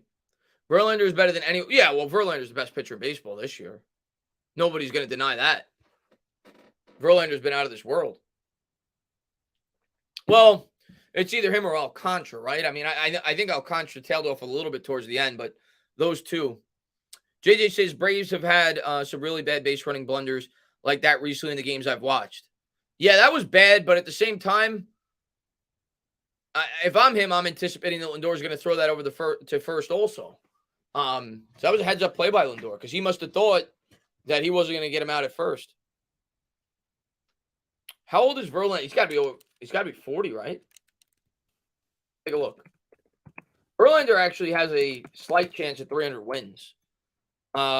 Which if he does accomplish that, I think he's gonna be the last pitcher ever to do it if he does accomplish it. Because everybody goes to the bullpen now so early. He's 39, Verlander. But he's at the top of his game. He's got a 180 ERA this year, 17-4.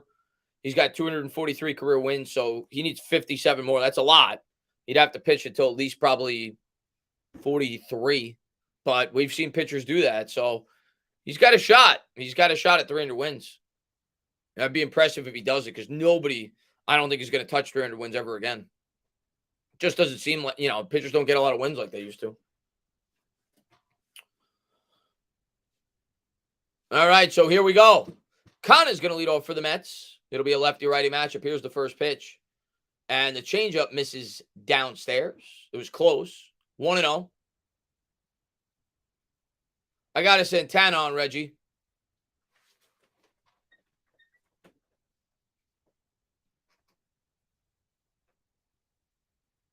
Here's the 1-0. And that is lined to third, backhanded by, hit it hard again. That's the second time. Kind of hit it hard, but it was right at Riley. He backhanded it, flipped over to first, 1 up, 1 down. At least we're making some good contact, but we got to get some runs. So, yeah, no, he didn't even bobble it. What a heads-up play by Lindor, man. Such a high IQ play. Bad base running mistake by the Braves, but for Lindor to even think about that.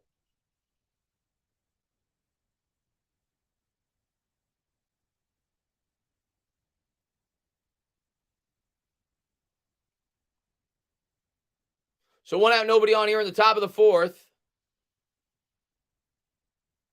McNeil stepping from the left side. Here's the pitch.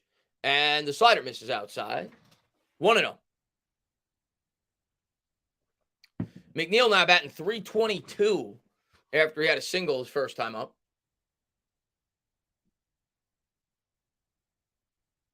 Here's the 1-0. That's hit the other way to left field. That'll hang up. This time Rosario will catch it. 2 down. That'll bring up Escobar. Escobar had a single his first time up.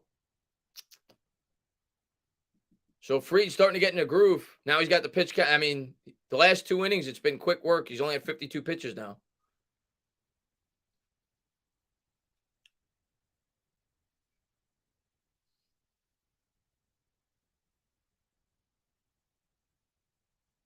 Lindor's awesome, Anthony. Lindor's awesome. Here's the pitch to Escobar. And he swings through the slider. 0-1. What's going on, Fabian, man? Thanks for popping in. Alvarez on deck for the Mets.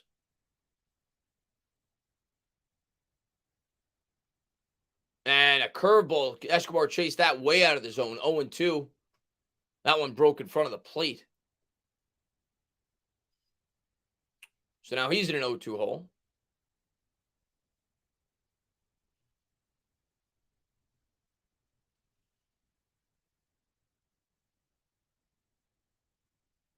Here's the windup and the pitch. Curveball swung on and missed. So Fried makes quick work of the Mets in the third and the fourth. We're going to go to the bottom of the fourth. The Braves lead 2-1. Braves coming up. Degrom's got to put up some zeros here. Keep the Mets in the game. And he's going up against the heart of the order. What's up, Jameson, man? Thanks for popping in. What's going on there, Alpha?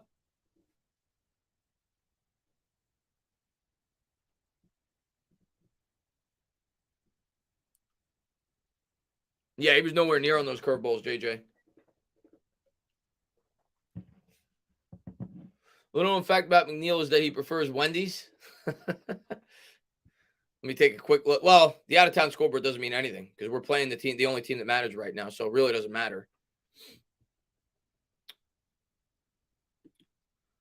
Yeah, spike the like. Appreciate it, Pack Rat.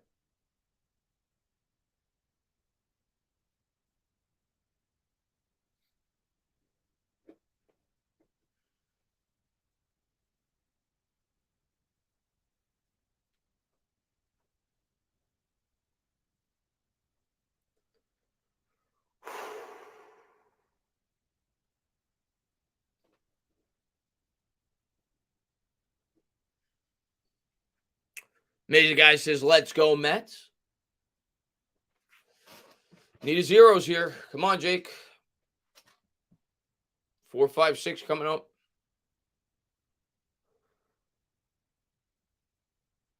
Wendy's Frosties are I love Wendy's Frosties. Tana, now that we got the sink in the Tua situation, what's your thoughts about it and the future? I mean, I think the way I don't know. I can't say for certain. I'm not going to blame the coach because the doctor gave him the go-ahead. But obviously he shouldn't have been playing, So I think the Dolphins did a bad job. Whoever was the one responsible for it, rushing him back, he shouldn't have been playing. Yeah, we need a quick inning. Mets got 7, 8, 9 coming up next inning. Here's the first pitch. Fastball to Riley in their first strike, 97.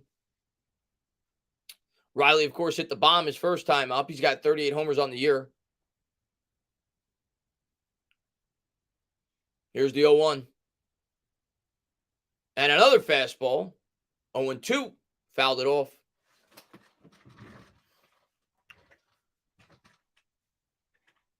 Yeah, the fact it was only 3, like you said, there was only 3 days off in between. Shouldn't have been playing in that game. Here's the 0-2 by Jake. Come on, Degrom. Slider. No, it was another fastball. In there for a cold strike. Looked like it might have been a little bit outside, but I'll take it. He has had a wide strike zone. I remember I complained about it when the Mets got called, when they were up and he called that same pitch for a strike. Jake takes advantage of it. 1 up, 1 down here in the bottom of the 4th as he makes quick work of Austin Riley.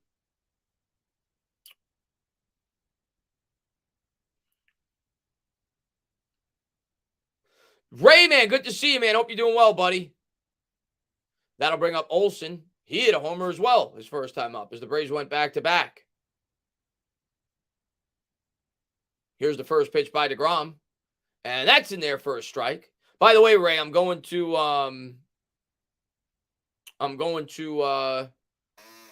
the playoff tickets for the Mets, so I'm going to be going to, I don't know which ones, but I'm going to a decent amount of playoff games. Here's the 0-1. And the slider just misses inside, 1-1.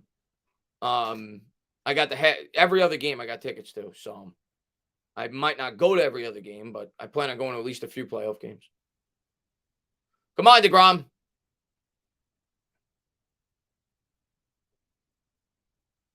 And Olsen will step out of the box.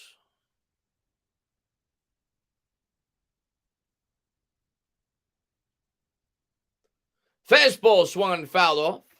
Bookends, man. What's going on, man? Says Tana popped in to hit the like. Let's crush those Bear Cubs. Let's go. Let's crush them is right, man. It'll be a 1-2 from Degrom. Come on, Degrom.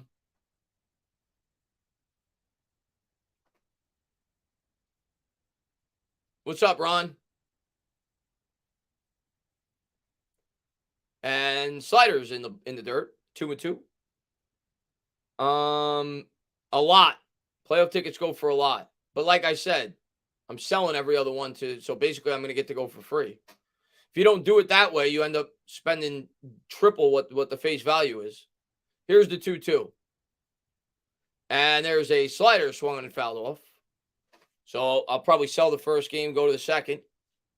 And essentially the selling the first game will pay for my second game.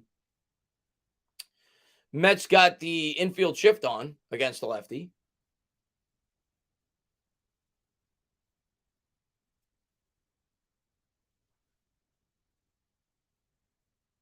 Here's the 2-2.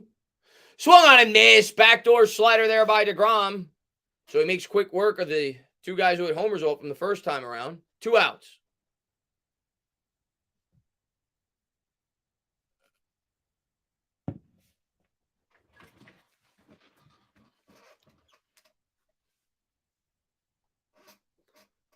Yeah, that's the best way to do it. Of course, you got to put up a lot of money to do it.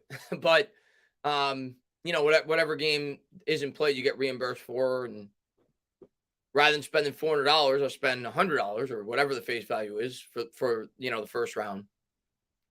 Here's the first pitch by Degrom. Fastball swung on, hit in the air by d'Arnaud. McNeil gives chase, and that'll reach the seats. 0-1.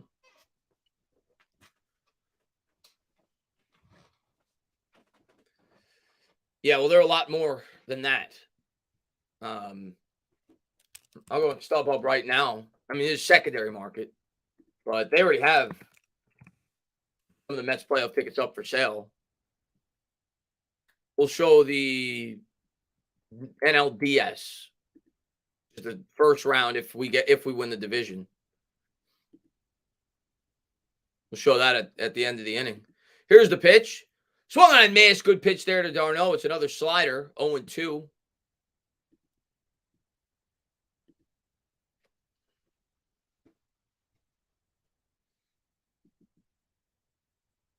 Here's the 0-2 by Degrom. And the pitch to Darno. And a slider fouled off a Nito. Catcher hits it off another catcher.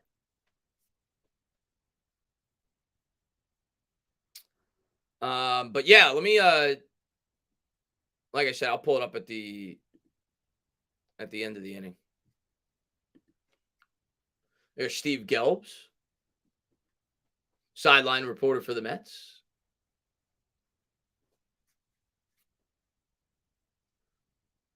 Come on, Degrom. Here's the 0-2 to Darno. And the fastball in there for a strike. So 3 up, 3 down for Degrom. Makes quick work of the Braves, and he keeps the Mets in the ball game. We'll go to the top of the fifth. Braves lead 2-1. But yeah, in terms of what the prices are going for right now, for the Mets, this is the DS. It's not the wild card. This is the worst seats in the house. The cheapest seats you could get. And this isn't the World Series. This isn't even the National League Championship Series. And this will probably go up. It will go up. In the regular season, prices go down as the game approaches, not the postseason.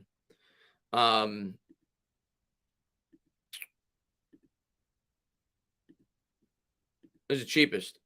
Cheapest seat right now for game 2, the second home game of the National League Division Series, is before fees $167. And that's you sitting in the nosebleeds. That's section 531, which is all the way up here, if you can see my arrow. Row 14. So 167 plus fees, you're probably talking 190. And that's for crappy seats. You want to get halfway decent seats. My seats are here.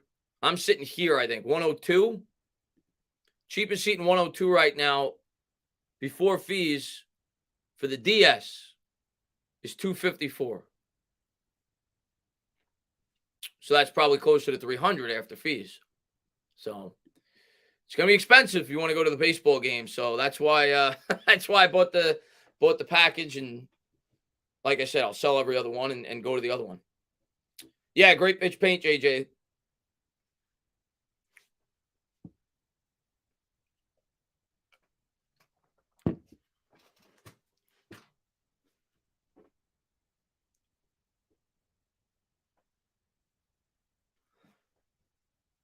And then the World Series, if I check that out,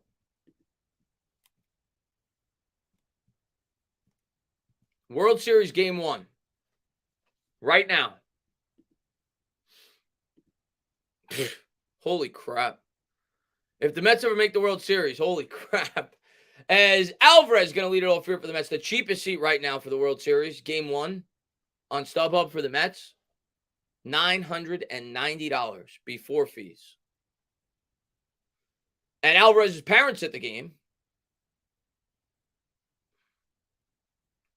Francisco steps in from the left side, from the right side, rather. Here's the pitch by Fried. And first pitch swinging, and he missed it, but his bat went about 60 feet down the left field line. So Alvarez lost his bat there, strike 1. He was fooled by the slider. Thank God for the netting.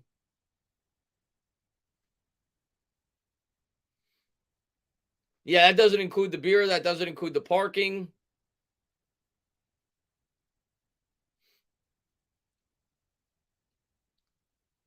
Here's the 0-1 Alvarez. Curveball in there for a strike. Good pitch there by Fried. A backdoor curve. 0-2. So Alvarez in an 0-2 hole.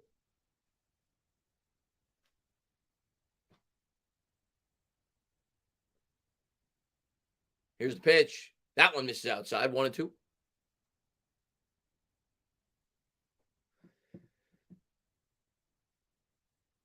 I might have to do the standing room for the play. Yeah, that's what I did at in the NLCS. These tickets look like they're going to be more than when I went. Here's the 1-2. And that's a curveball swung and fouled off. Alvarez keeps himself in the at-bat. I think I only paid like $120 for the NLCS Game 1 for standing room. I don't think they have standing room available quite yet. So maybe it'll be around there by the time the game comes around. I don't know, but it was a little bit more than 100 I paid. Here's the 1-2 to Alvarez. And the fastball misses inside, 2-2. No, you're not going to get group prices. The only way you're going to get playoff prices, unless you get a package before the playoff start, is you're going to have to buy it on the secondary market, StubHub, because it's obviously going to be sold out. Here's the 2-2 to Alvarez. Fastball misses upstairs. Let's go. Come on, work a walk here. Let's go. Full count. Alvarez is battling. Come on. Come on. Here's the 3-2 from Fried. And that's jammed the other way, but right at the first baseman. He'll field it. He'll flip over to Fried, and Fried will step on the bag. Alvarez almost beat him out. Good hustle by the rookie. One out here in the top of the fifth.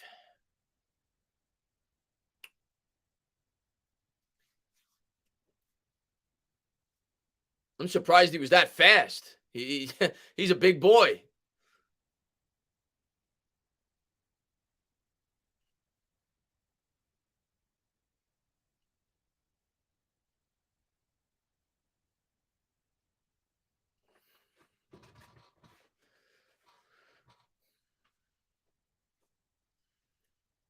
And Guillermo will step in from the left side. It'll be a lefty-lefty matchup.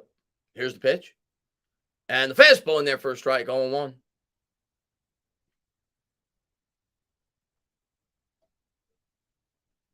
Yeah, I mean, I can't imagine it being cheaper than maybe in the first round it'll be like 100, maybe like the NLDS.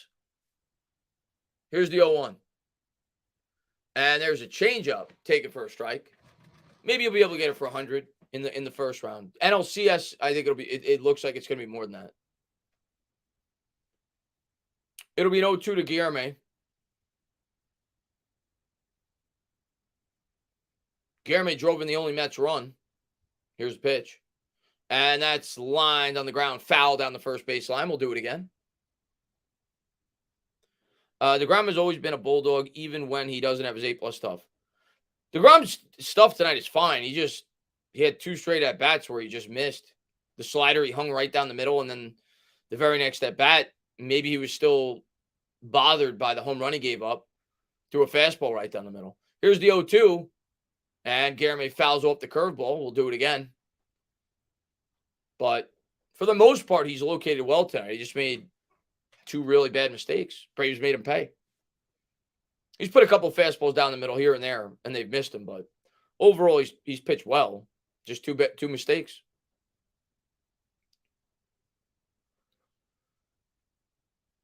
Here's the 0-2 from Fried. 1 out, nobody on. And a curveball hit on the ground to second. That should be easy. He'll flip over to the bag. 2 down here in the top of the fifth.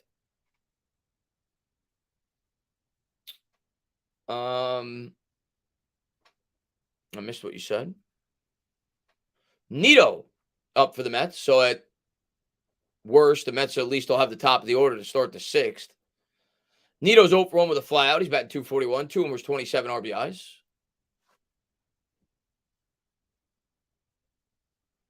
Showing Buck Showalter in the dugout. DeGrom's pitch count, I don't think it's too high, but I don't think they're going to pitch DeGrom more than 6 innings. They don't typically do that. Maybe 7 tops. Here's the pitch to Nito.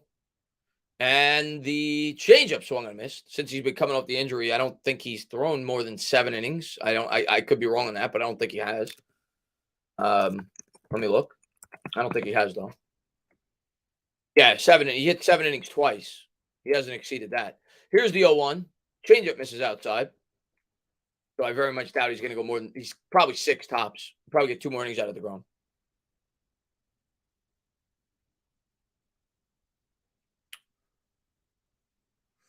The 1-1 from Fried. Swung through the changeup, 1-2, maybe 7. Maybe we'll get 7.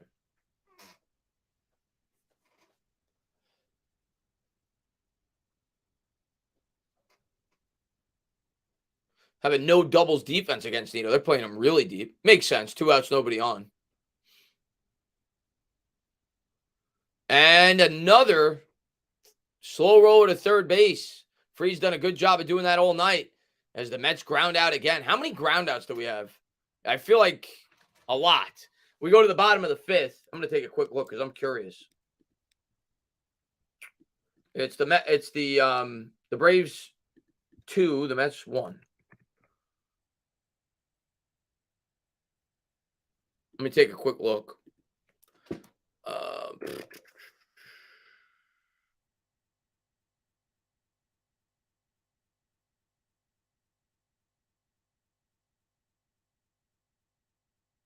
Ground ball to fly ball outs. 8. 8 ground ball outs for Fried. Only 3 fly ball outs. So he's done a good job getting the Mets to roll over. He's got 3 strikeouts, 8 ground outs, 3 flyouts. Degrom has 7 strikeouts, 3 ground outs, 1 flyout.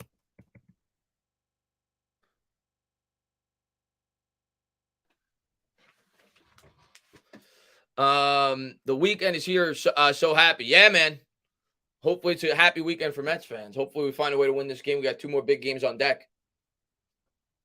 And just as importantly, a happy weekend for Giant fans, hopefully. Steve says, best value paid, $15 to see Ali Frazier. Wow. Holy crap. Oh, satellite feed. Okay. So you weren't there. You watched it on TV. Joe says, go Mets. Why don't we have at least 5-game lead? We have trouble with easy teams. Why?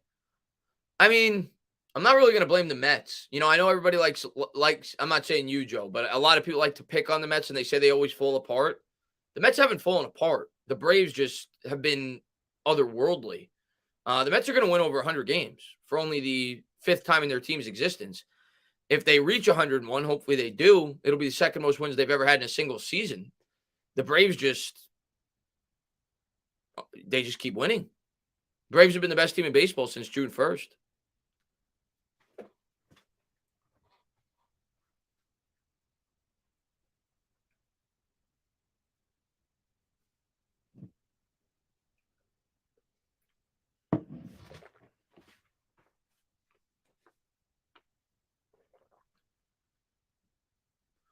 So we go to the bottom of the 5th. Contreras will lead off for Atlanta. 57th pitch coming up for Degrom, and Contreras will step out of the box.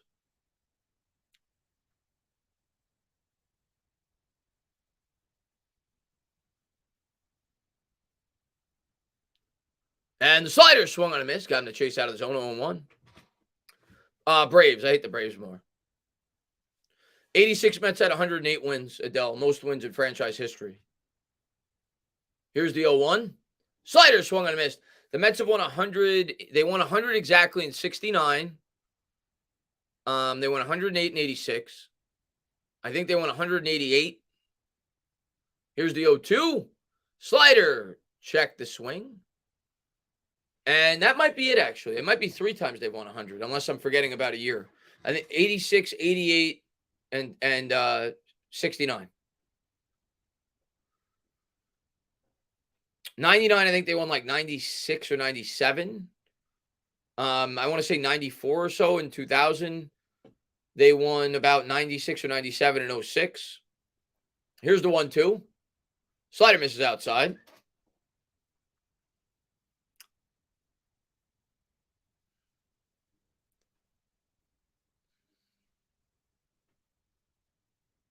'97 and 06. Okay.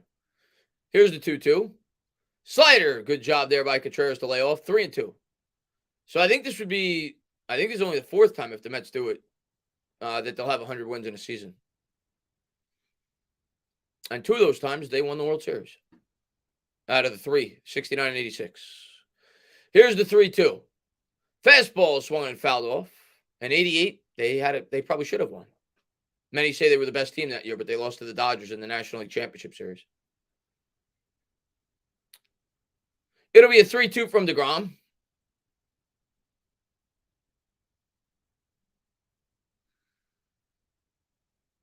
And Contreras will step out.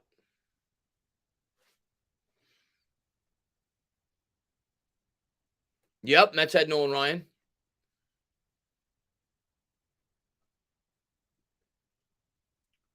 And here's the 3-2.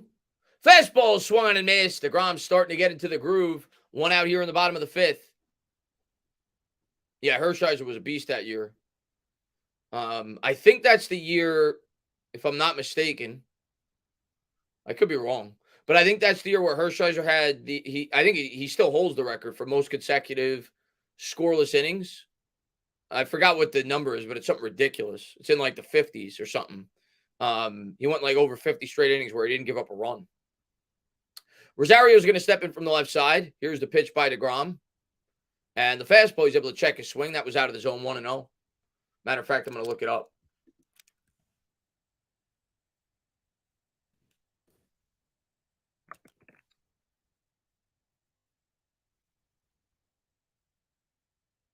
One out, nobody on here in the bottom of the fifth. Here's the pitch. Swung on and missed with the slider, 1-1. Hershiser went 59, and it was an 88. Went 59 consecutive scoreless innings. Wow. That's insane. Here's the 1-1 by Degrom. And another slider rolled on the ground, foul, wide of the bag at first. 1-2. Percent of plate appearances went ahead in the count after 3 pitches. They're showing a stat. MLB averages 57%. DeGrom is at 68%. Scherzer at 64%. And Bassett at 60%. So they do a good job getting ahead. I just got to my hotel at MetLife. Dude, that's awesome, Coach. I hope I'm going. If there's going to be a monsoon, my brother said he doesn't want to go to the game. So hopefully it's not pouring. But as long as the weather's halfway decent, I'm definitely going. Here's the 1-2. Fastball misses outside, 2-2.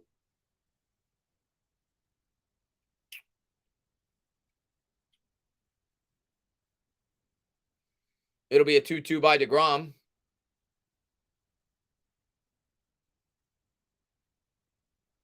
Swung on and missed with the slider. 2 down here in the bottom of the fifth. I respect him even when Hershiser was washed. And a Met, he was still competitive. Yeah, he was great in 99. No, I don't want to use the word great, but he was still pretty good on that 99 team with the Mets.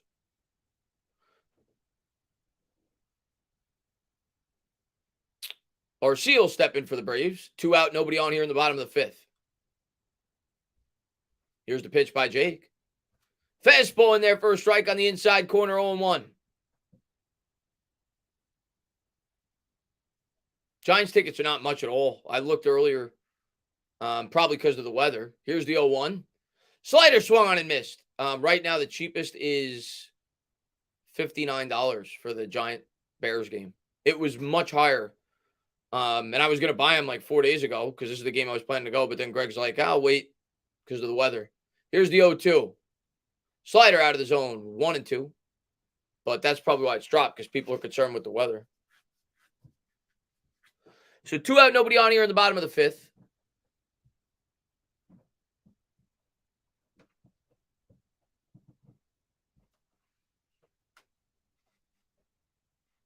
And the 1-2. And there is a slider swung on, hit in the air. Got away with that one. That was not his best pitch, but it's not going to matter. Mets get out of it. Pops it up to Lindor. We go to the top of the 6th. It's the Braves 2, the Mets 1. He was hitting his spots until that pitch. We got lucky on that one. He hung a slider right over the middle. Top of the 6th. Let's get some runs, please. Do you know how much dough I blew for the Hornets Knicks game? I went to back in March, $74. That's nothing. Well, that's in where you live in Carolina, but Madison Square Garden, that's nothing. I just bought tickets to the Knicks. I don't know. It's on a Wednesday too, and it's still going to run me over $100. And I don't think they're the best seats, but I'm going to, I think it's like the 7th or 8th game of the year I'm going to. It's on a Wednesday. I know that. I'm going with a bunch of my friends. Yeah, 94 and 6. Yeah, we won 94 and 2000. And the Yankees only won 87 in that year, I want to say. And they won the World Series.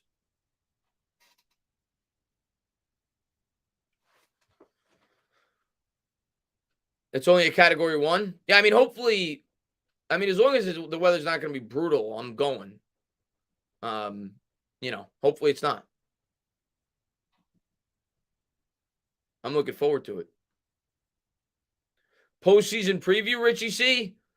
I might do a postseason stream. Yeah. Once the regular season is over. Yeah, I might do a postseason stream for the Mets. I might do that. Yeah. Sounds like a good idea. Yeah, it's going to be a throwback game. Giants are going to be wearing the old helmets. Yankees making the ALC. They better make the ALCS. The American League's weak as hell outside of them and the Astros.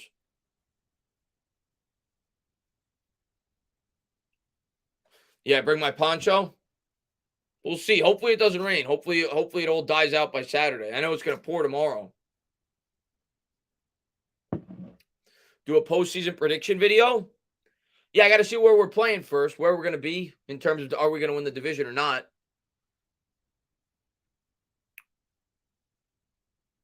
But I think the Astros are the clear favorite right now in the American League, and I think you got to say the Dodgers right now in the National League, but that doesn't mean anything. The Braves were not the favorite last year. The Nationals weren't the favorite the year before that, so doesn't mean much. So here we go.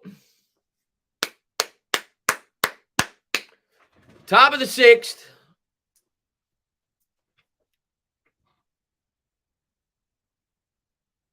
Is Fried out of the game?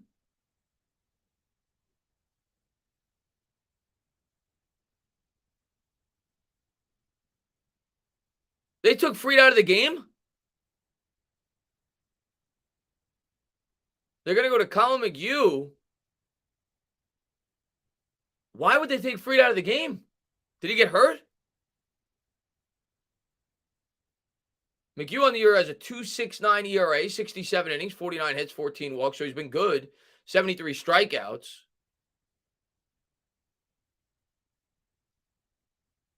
They took Fried out of the game.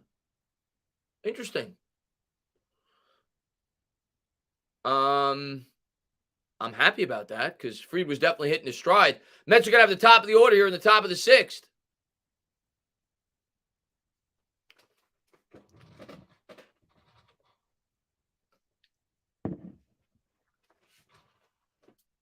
See if they can take advantage.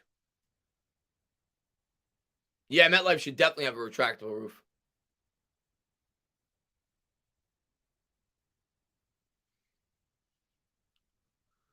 What happened to Kenny Golladay? Laziness like the Eagles had with Travis Fulgham? I don't think it's laziness personally. I just think he's not the same player that we thought we were getting. He had hip surgery in 2020, I think it was, or 2019, and I just don't think he was. I don't think he's the same player he used to be.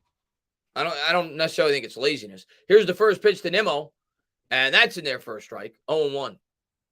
Nimmo's 0 for 2 with a strikeout and a ground out. He's batting .265, 14 homers, 58 RBIs.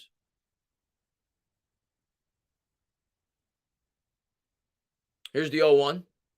And the slider, take it for a ball downstairs, 1-1. Nimmo, get on base, man. Just get on base, baby. Come on.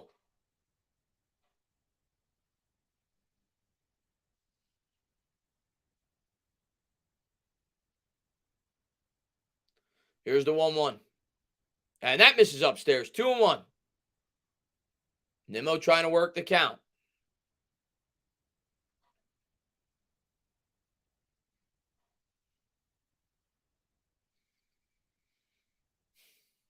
Come on, baby. Come on. Here's the 2-1 from McHugh. And a slider line the other way, foul. 2-2. That'll even up the count. Judge walked.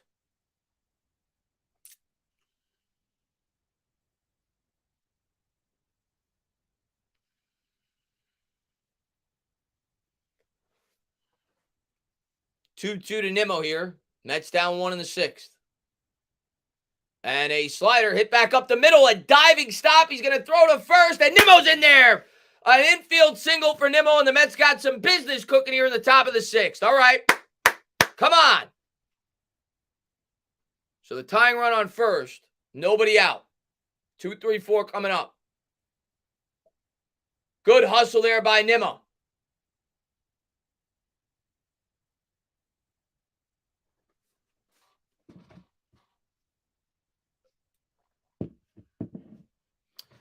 Runner on first, nobody out. That's going to bring up Pistol Pete Alonso. 269, 40 homers, 131 ribeye steaks.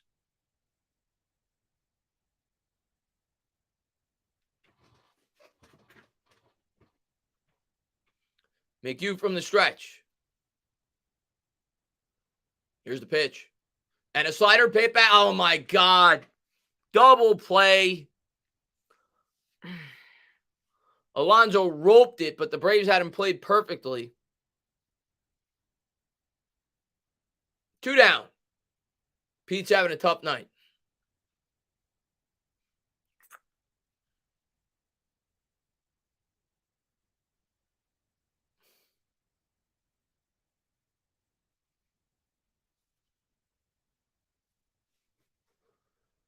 And that's going to bring up Lindor. Lindor will get his first at bat from the left side. He's 0 for 2 with a fielder's choice and a strikeout.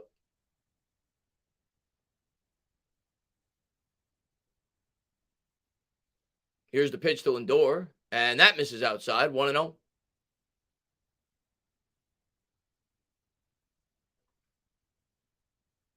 Come on, just hang one pitch. One pitch. The 1-0. That's in there for a strike. Letter high. 1-1.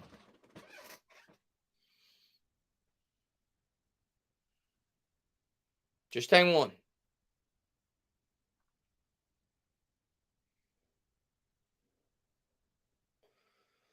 Lindor will step out of the box. Looks like he's swatting away a fly or something. Braves got the shift on.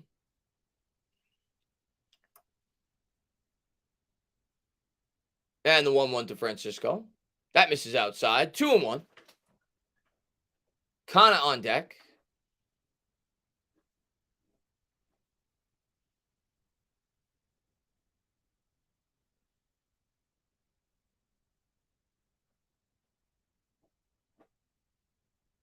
And tried to throw a backdoor slider. Couldn't get it to go. 3-1.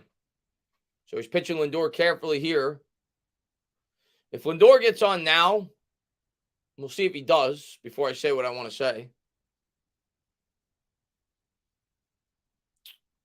Here's the 3-1 from McHugh. And he's going to hit it right on the. He doesn't. Doesn't matter. Ground ball to second. That'll do it. We'll go to the bottom of the sixth. Mets continue to struggle to get runs. 2-1 Braves. Well, 4, 5, 6 in the bottom of the sixth. Top of the seventh, rather. Starting to run out of innings here.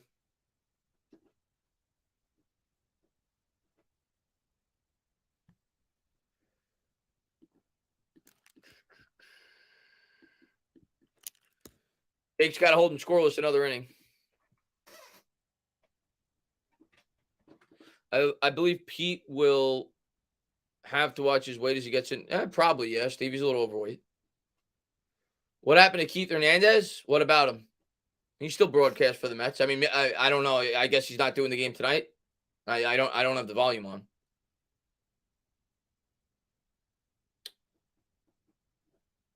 This is going to be DeGrom's last inning, I bet. But 72 pitches. But they don't stretch him. I doubt he pitches another inning after this. I think this will be his last inning.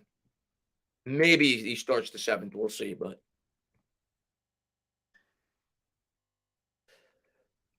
I'm surprised they pulled Fried, though.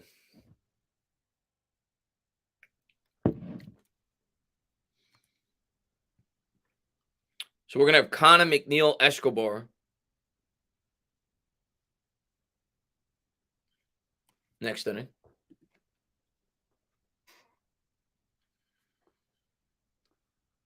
Yeah, Nikki, as long as it doesn't rain. I'm going with my brother. So was going to buy the tickets like 3 days ago, and then the weather report because of this hurricane. He's like, let's wait until we, make sure it's not going to be pouring on Sunday. So as long as it doesn't rain, I'm going. I'm going to get the updated weather report now. Last I checked, I think they said like 50% chance, I think.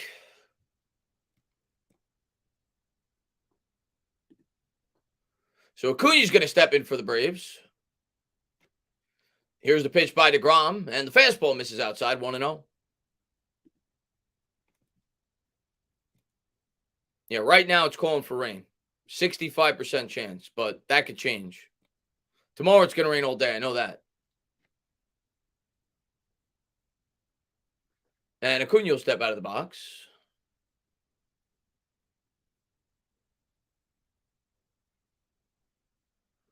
And a fastball hit in the air down the left field line. Foul.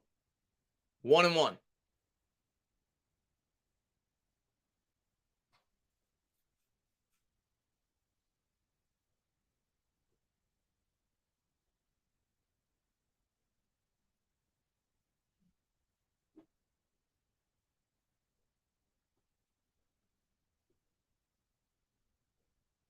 Here's the 1-1 by Degrom.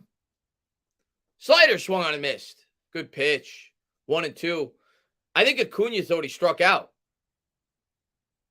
I think he didn't realize what the count was. He started walking towards his dugout. He gets back in, 1-2. Here's the 1-2 from Degrom. Slider swung on a miss. Now you can walk back to your dugout. One down here in the bottom of the sixth. Yeah, Degrom has definitely hit his stride. It's just been 2 bad pitches, man.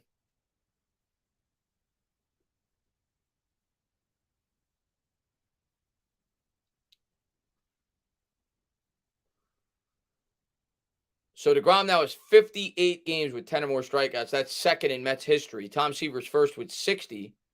Dwight Gooden is third with 46. So he's 2 away from tying Tom Seaver with 60 games with 10 or more strikeouts. Here's the pitch to Swanson. And that's a fastball. That's drilled. Left field. Braves lead by 2.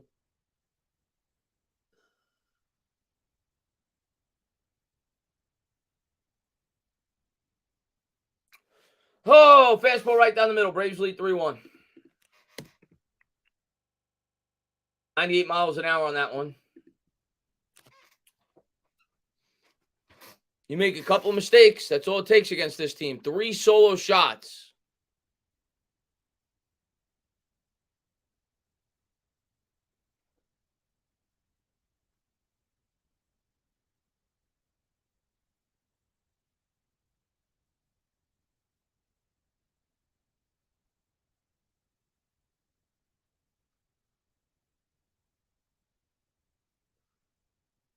And the fastball misses outside.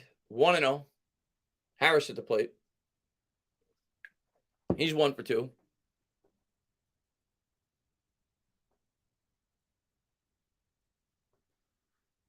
And the 1-0. That's right down the middle. Swung on it, fouled off. 1-1. Harris singled his last time up. 306 on the year.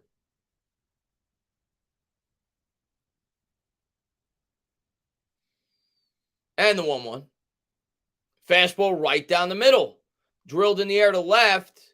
That's going to hang in the ballpark. Warning track power. Connell brings it in. 2 down. First time that Jake has allowed 3+ home runs in a game since April 9th, 2019. It's been 4 years since he surrendered 3 home runs in a game. Luckily for Degrom in this game, they've all been solo. And Riley's coming up. 2 out, nobody on. He hit one of them. First pitch, slider misses outside, 1-0.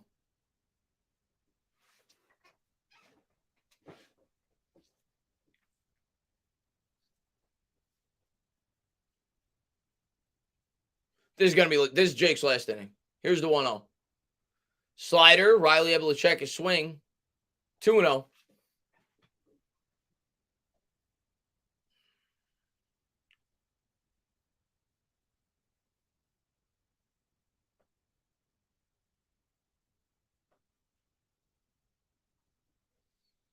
Fastball in the outside corner, 2-1.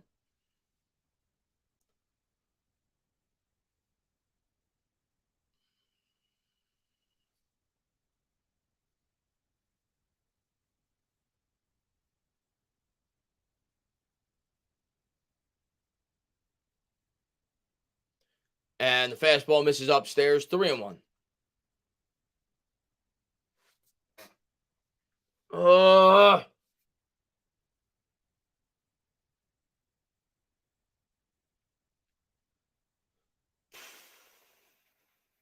Nito calling for a fastball outside. Here's the 3-1.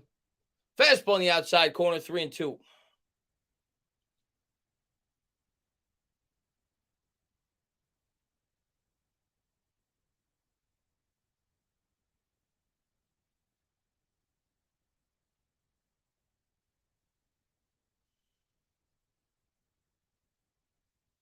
And the payoff pitch to Riley. And he got him to swing through the heater. Degrom gets out of it, but he does give up one. So the Braves get a big run there, an insurance run as we go to the 7th. Braves 3, Mets 1. Mets got 4, 5, 6 coming up. See if they can do something.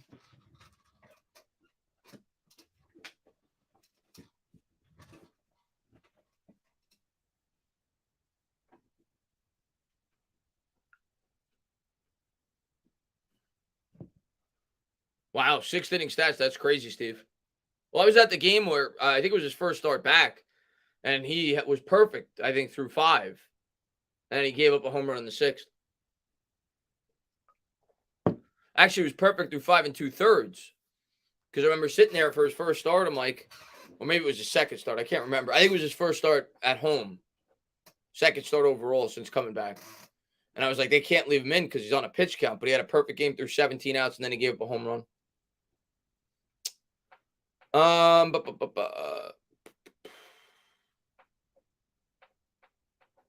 I think that's DeGrom's late. He ain't pitching again. I know he's hitting 98, but he ain't pitching. He's done. I don't think he's coming back out. Maybe he will, but I doubt it.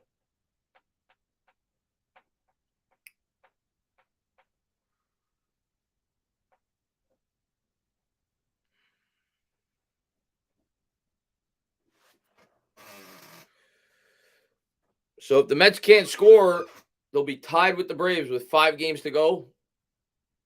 And they'll have to absolutely split one of the next 2 if they lose tonight. Because then they'd be tied with 3 games to go and they'd own the tiebreaker. So they'd still control their own destiny with the Nationals coming up. So got to find a way. Got to scrap out a couple wins, hopefully. We'll see if we can do it tonight. If not, got to definitely get a one tomorrow with Scherzer on the mound.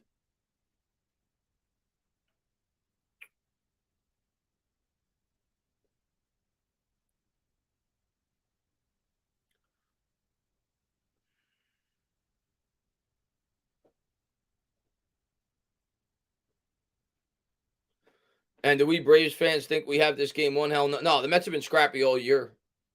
It's one thing you could say about this team. The Mets are not giving up.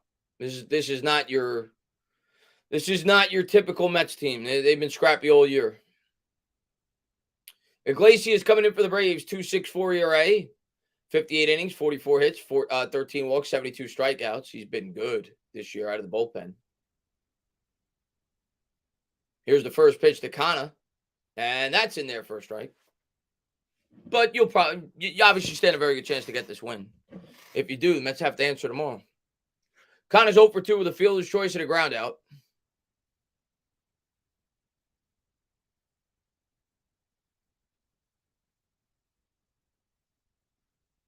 And he chased the low fastball, fouled it off, 0-2. So Kana in a quick 0-2 hole. McNeil on deck. Mets trail by 2 here in the 7th.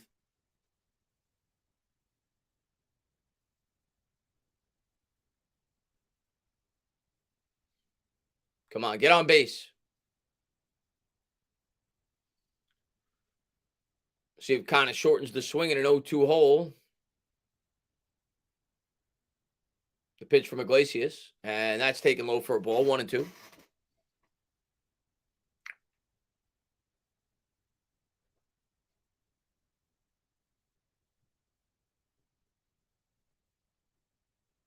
Mets looking to start a rally. Conant has been clutch this year. Here's the 1-2. Not clutch there. Strike 3. 1 out.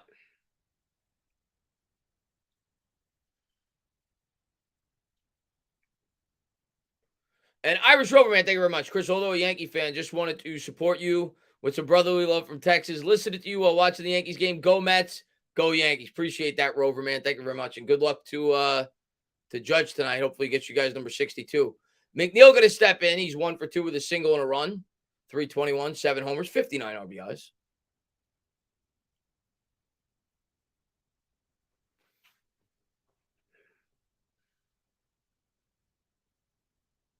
Come on, get on base. Here's the pitch. First pitch, swinging out a fastball. He fouled it off the catcher. 0-1.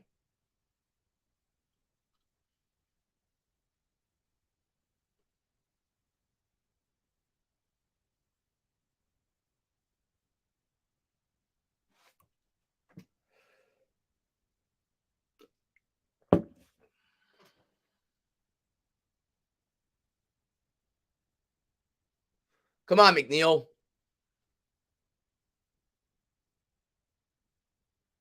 Fastball drilled in the air, but that's going to hang up. Hit it good, but hangs up long enough. 2 down here in the top of the 7th. Mets really in a funk right now tonight.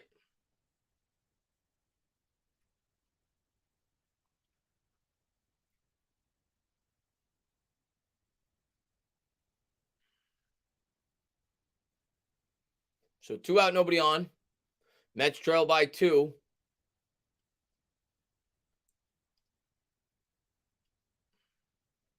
That'll bring up Escobar.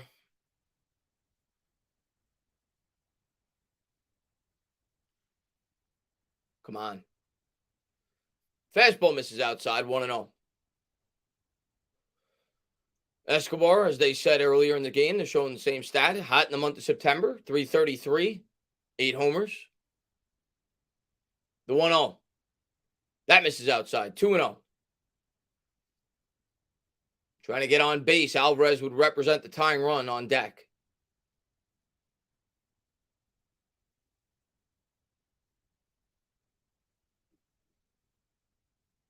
The 2-0. Fastball swung on and fouled off. Might have chased one out of the zone. Not sure with this umpire because he's at a wide strike zone, so he may have called it a strike, but it was at least out of the zone. Not sure if it would have been a strike or not. 1-2. I mean, 2-1 rather.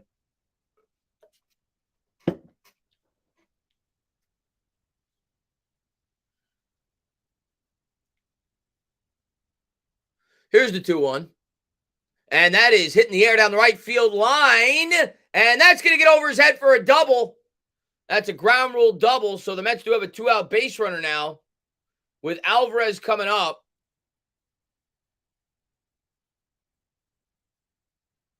So Mets a little bit of a threat.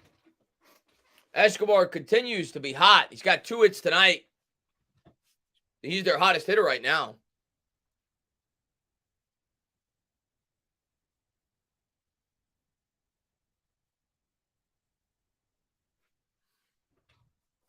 And that'll bring up Alvarez, the rookie. He's grounded into a double play, and he had to ground out his second time up. He did hit the hell out of his first time up. It was just right at him. First pitch swinging at the fastball. He fouls it off. 0-1.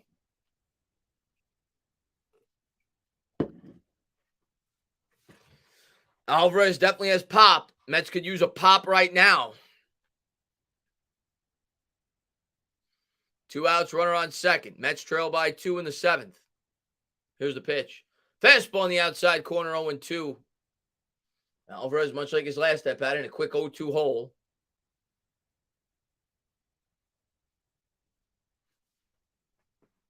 Come on. 0-2 fastball swung on, hit in the air to center, and it's just going to hang up enough. Braves will get out of it. Alvarez gave it a ride, but wasn't enough. We'll go to the bottom of the 7th. Braves 3, Mets 1. Didn't quite get enough of it.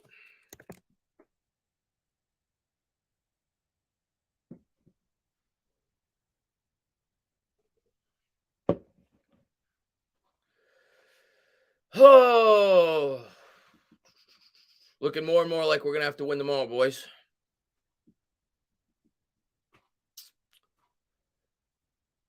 We got 8-9-1 next inning. I'm trying to think. We could, depending on who the Braves bring in the pitch.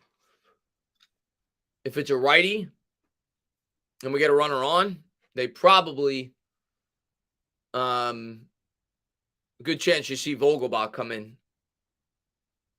Depending on who they bring in. If he represents the tying run, if Guillermo could get on base. My guess is they'll bring in a lefty, though, because you got Luis Guillermo leading off, and then you got Nimmo due up third in the inning. So the Braves will probably bring in a lefty.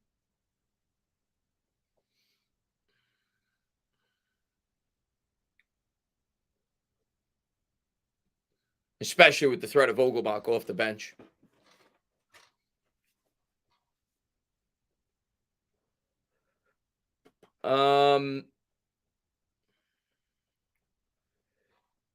And I appreciate that, Seth. Thank you.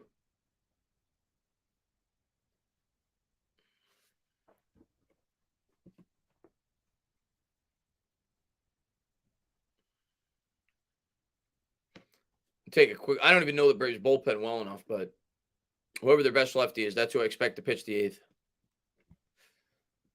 Let's see.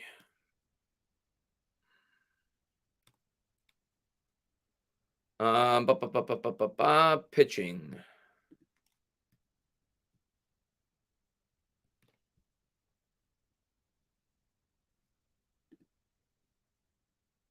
Jeez. Well, I think I know what we're going to see.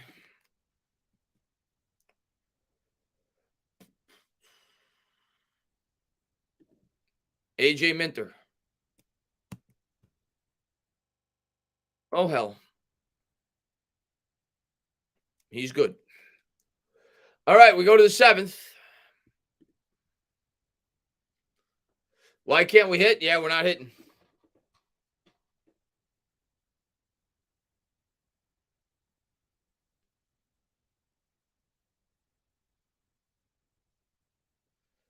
And McGill into the game for the Mets. Here's the first pitch. And the fastball rides upstairs for a ball.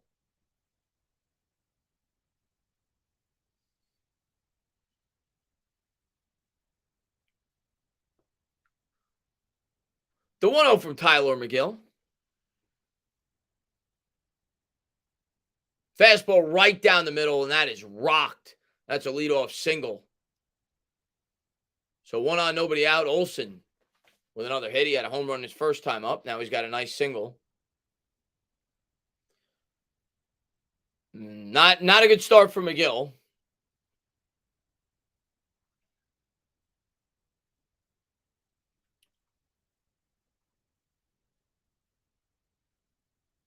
Don't know what the plate. He's 0 for 2 with a flyout and a strikeout.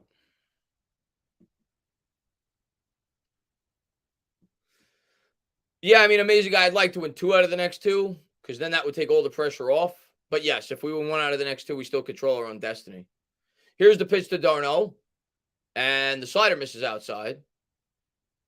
But if we win 1 out of the next 2, we'll have to sweep the Nationals because I already know Minter's warming up for the Braves. Figured he'd be coming in. I know the Braves aren't going to lose. So Mets are going to have to sweep the Nats if they take 1 of the next 2. Nito lines up outside. Here's the pitch. Fastball swung and missed. 1-1.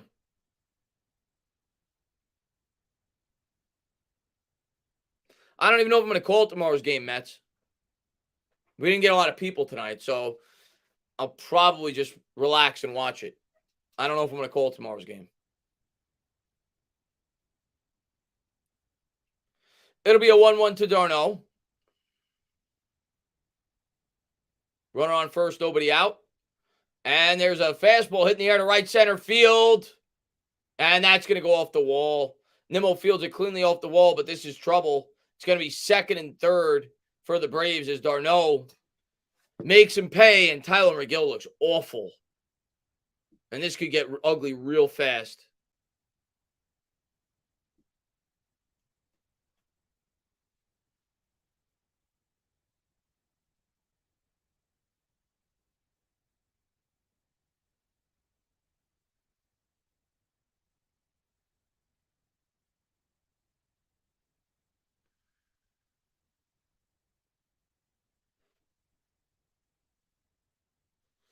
That's going to bring up Contreras.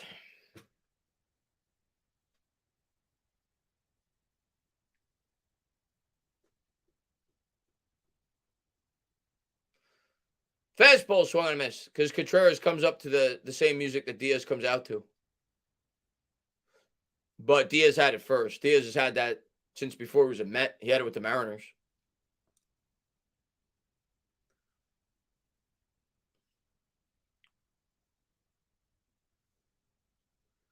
The 0-1 from McGill. Fastball swung on and fouled off, 0-2.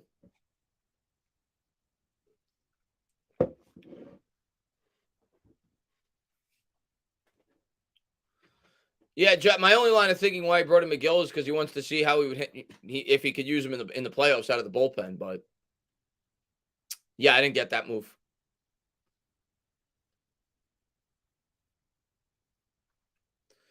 The 0-1 from Tyler.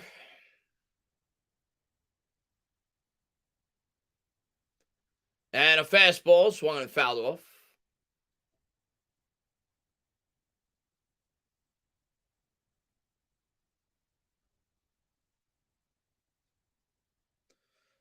Mets are going to need a miracle to get out of this inning now. Second and third, nobody out. McGill needs a strikeout here. I would assume the infield's in. I can't see it. Here's the pitch. Slider misses outside. If he's able to strike him out, I think you walk the next guy. Set up the double play and a force play at the plate. But got to get there first. They might not do that, but that's what I'd consider doing. Here's the 1-2 to Contreras. Fastball just misses outside. 2-2. That'll even up the count.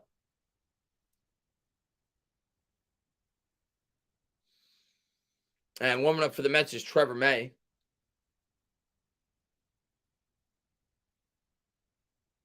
Yeah, Josh, they have been inconsistent.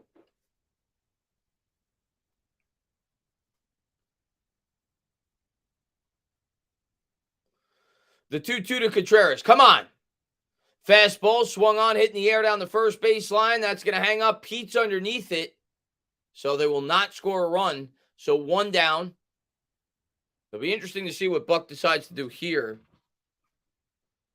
Let me see who's coming up for the Braves. You got Eddie Rosario up now, who's only hitting .218 this year. He's 0 for 2 with 2 strikeouts, so he's a good strikeout candidate. And you got who's on deck?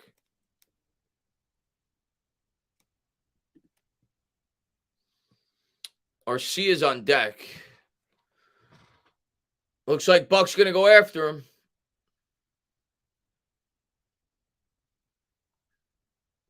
And it's a righty-lefty matchup, too. Here's a pitch. Fastball swung and a missed. He swung through a 95-mile-an-hour heater on the outside corner. Rosario's got a 7-game hitting streak entering tonight, in which he's batting .357. 3 doubles and a home run during that stretch. Arcia on deck. He's 1 for 2. Mets play the infield in. Outfield straight away. Here's the 0-1. Fastball drilled to center. That's definitely going to get the run in. As Nimmo's going to camp under it. And that'll be a sac fly. So that'll play another run for the Braves as d'Arnaud hustles over to third. 2 outs here in the bottom of the 7th. Braves lead by 3. Mets down to their last 6 outs. 4-1. See if we get a rally going in the 8th.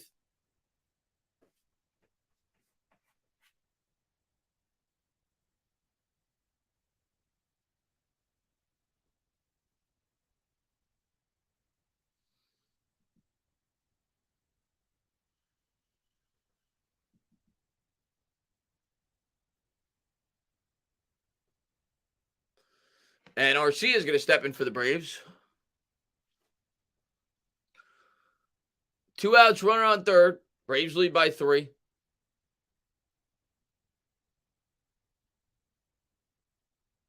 Fastball swung and missed. RC is 1 for 2 with a single. 241, 9 homers, 29 RBIs. I mean, the Yankees still have a worse record than the Mets, so I don't know how they run New York.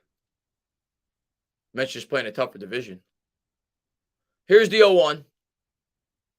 And he missed inside with the fastball, 1-1.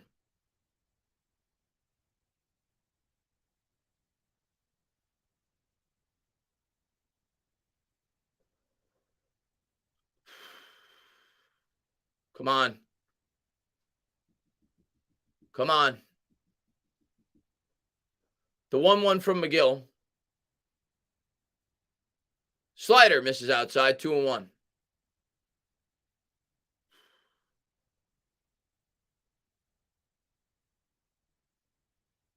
How is it not tougher than the Yankees? The Braves are going to win over 100 games. It'll be a 2-1. Fastball swung and fouled off. The Mets and Braves are the 3rd and 4th best records in all baseball. They're in the same division. And the Phillies are going to make the playoffs. They're going to win close to 90 games.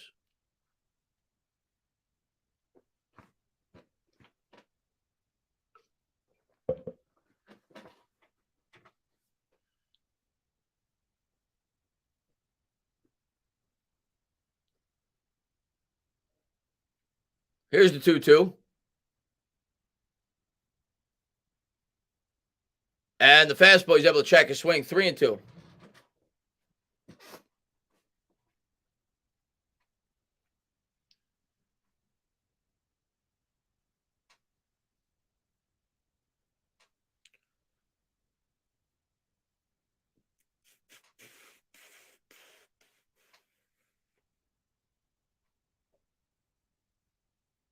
And here's the 3-2 by McGill.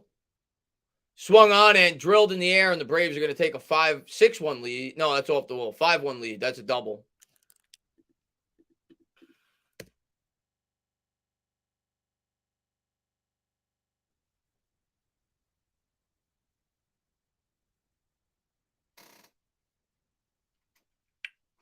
And Buck will go to the bullpen.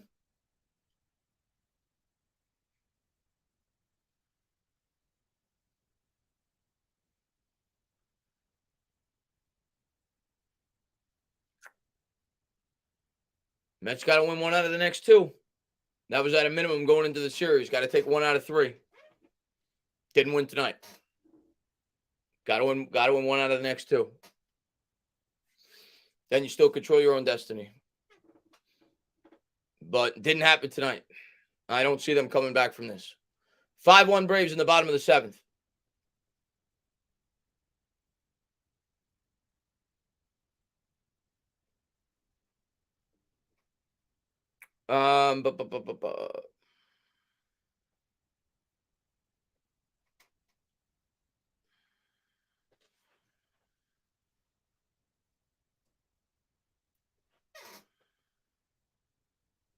Yeah, got to win 1 out of the next 2. Don't care how we win the division. Just win it.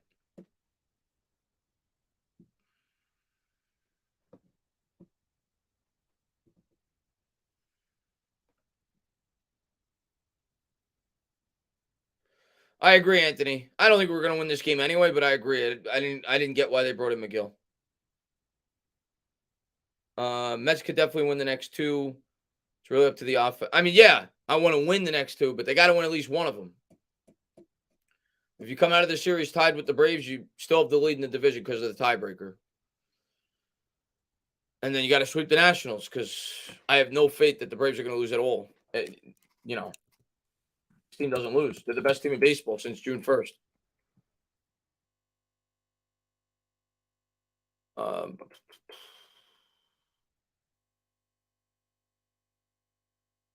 Braves play, who do they even play? Yeah, they play the Marlins.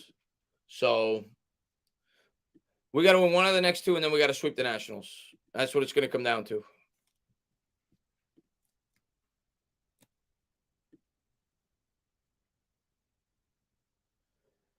And we're going to have Carrasco and Walker for 2 of those games.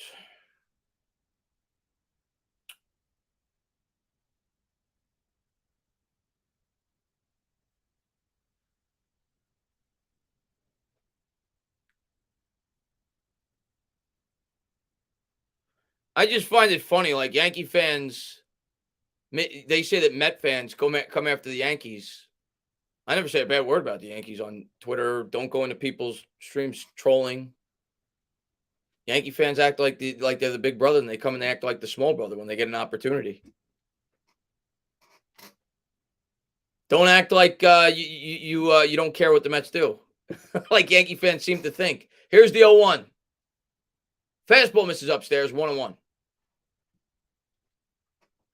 Trevor May on the year 5.64 ERA in 23 games.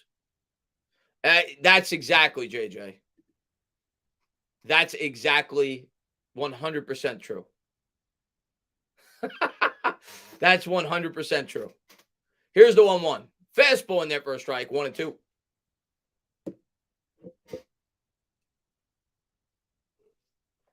Two outs, runner on second.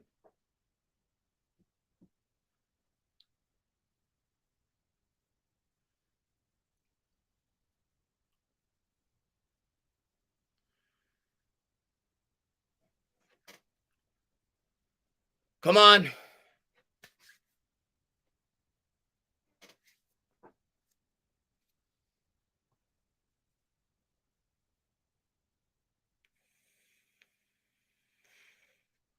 Fastball misses upstairs, 2-2.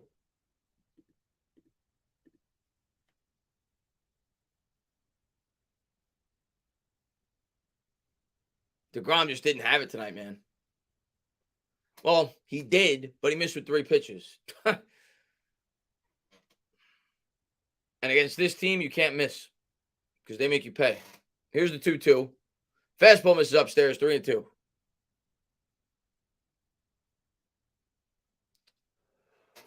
Oh, man. And I'm going to tell you right now, I don't love Scherzer as a matchup against the Braves. Because we all know that Scherzer, he's great, but he tends to give up a couple home runs. And this is a team that hits a lot of home runs. Here's the 3-2. Fastball swung and missed. So he gets out of it, but the Mets trail by 4 as we go to the top of the 8th. Oh, man. I have no problem Yankee fans hating the Mets and Met fans hating the Yankees, but I just find it funny, not saying you, Blue, but a lot of Yankee fans seem to act like they're so above us and they're the big brother and they don't care about what the Mets do. See it all the time. When the Mets celebrate on Twitter, well, we don't care about you. 27 titles, blah, blah, blah, blah, blah. But then when the Mets lose, they can't wait to rush and bash the Mets. So they do care about us. That's fine. Just say you do. I'll admit I care about you. I hope you get swept in the first round. I can't stand the Yankees. They're my most hated team outside of my division.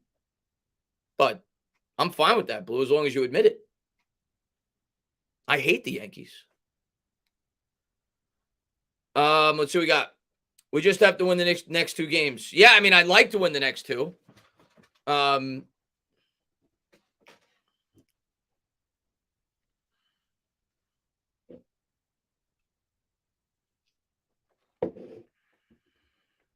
I always care about my little brother, Fabian says.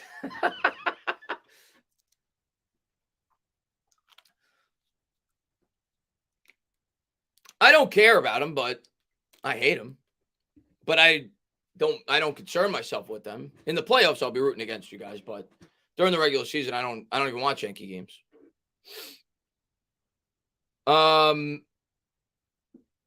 Eagles. Not even close. Eagles are my most hated team in sports by a wide margin. Well,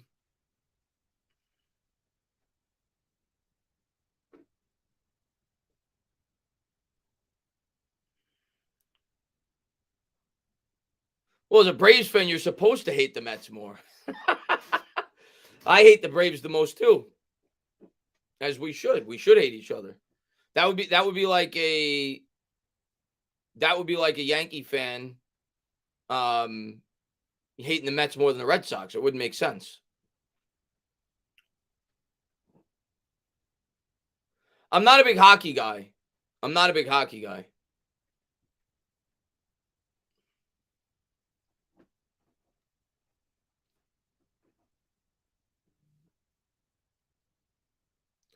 Right back at you, Boo Hefner.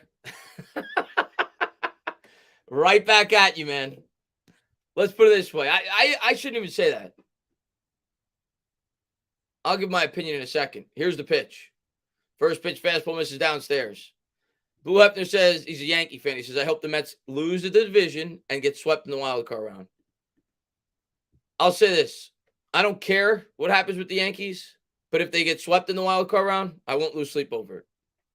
That's what I'll say. Here's the 1-0. Fastball swung on and missed. Vientos at the plate, 143, 1 home run, 3 RBIs. But it's not like I won't even watch the Yankee playoff games. Like I don't have interest in watching them. But so it's not like hatred to the point where like I need to watch to see them lose. But if they lose, I'm not going to lose sleep over it. Here's the 1-1. Fastball misses outside, 2-1.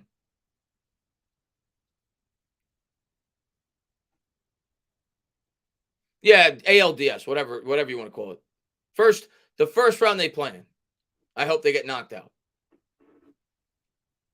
Here's the 2-1 to Vientos. And swung on it, fouled off at the fastball.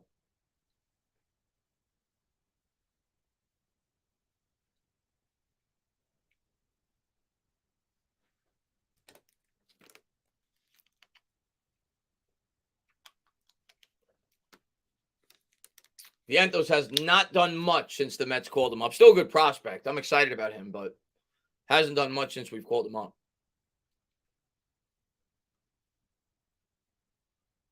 The 2-2. And that's rolled over to short. Swanson's got it. 1 down. Team need watch sides Braves' Cards. I don't know what you mean by that, Joseph. But I worry about the Cardinals if that's what you mean.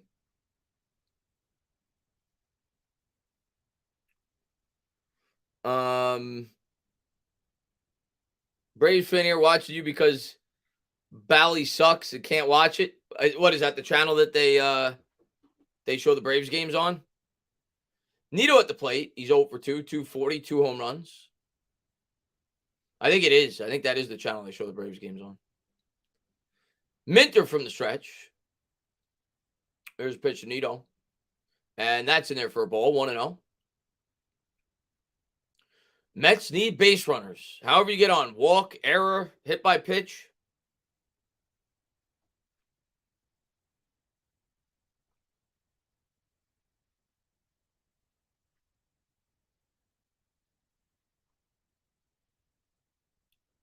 The 1-0 to Nito. And that misses way outside. 2-0. Nimmo on deck.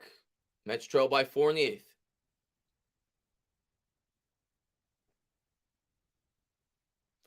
Oh, listen. It's cool that you hate the Mets. I actually like when I hear Yankee fans say that they hate the Mets. I like that. I think there should be a rivalry. What I don't like is hypocrite Yankee fans who act like they don't care about the Mets. Not saying that every Yankee fan that says that is a hypocrite, but there's plenty that are. Here's the 2-0 to Nito. Come on, Nito, get on base. There's a fastball swung and fouled off. That was right down the middle. Good cut there by Nito. 2-1.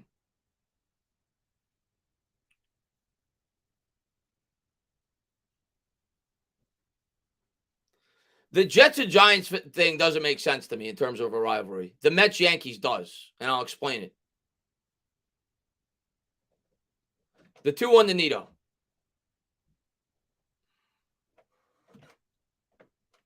And there's a fastball that's drilled in the air to right center. And you can forget about it. The Mets do get a run. 5-2. Nito goes opposite field, and maybe this is the start of something. The Mets make it a 3-run game.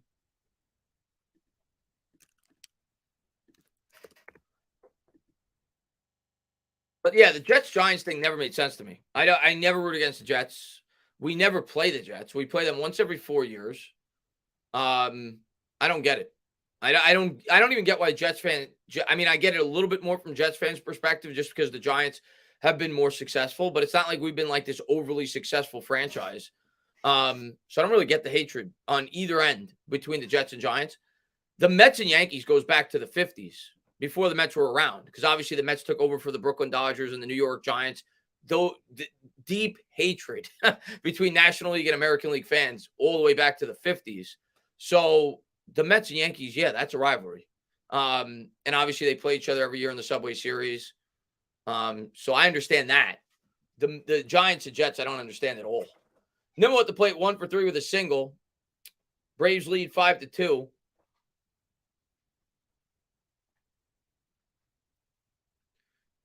Here's the pitch from Minter. And that's in there for a strike. 1-1.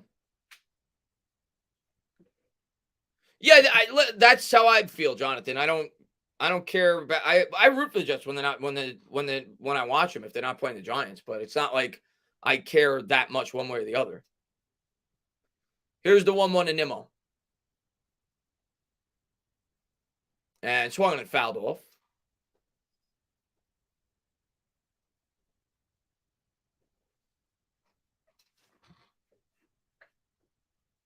What's up, Andrew?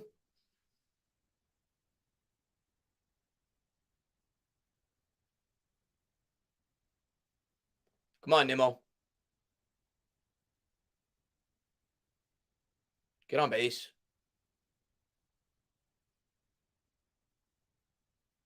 And swung and fouled off. MYG Forever says, if anything, I found myself emphasizing with Jets fans in the last 5 years. Yeah, I mean, listen, the Giants and the Jets have been the 2 worst teams in football over the last 10 years. Since our last Super Bowl, we've been the 2 worst teams in football. So, yeah, I don't know. I have 2 close friends that are Jet fans. And when we played the Patriots in the Super Bowl, they rooted for the Patriots.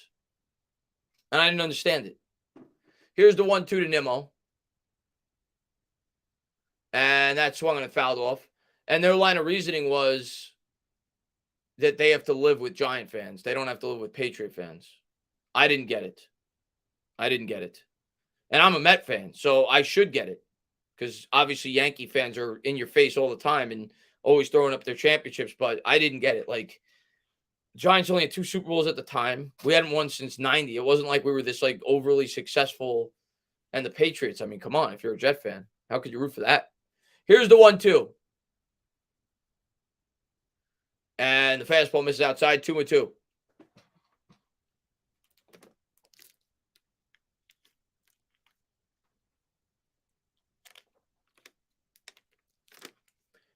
And I appreciate that, Cher. Yeah, of course we rooted for the Pats when they played the Eagles. Here's the 2-2. And Nimmo swung on and missed. 2 down here in the top of the 8th.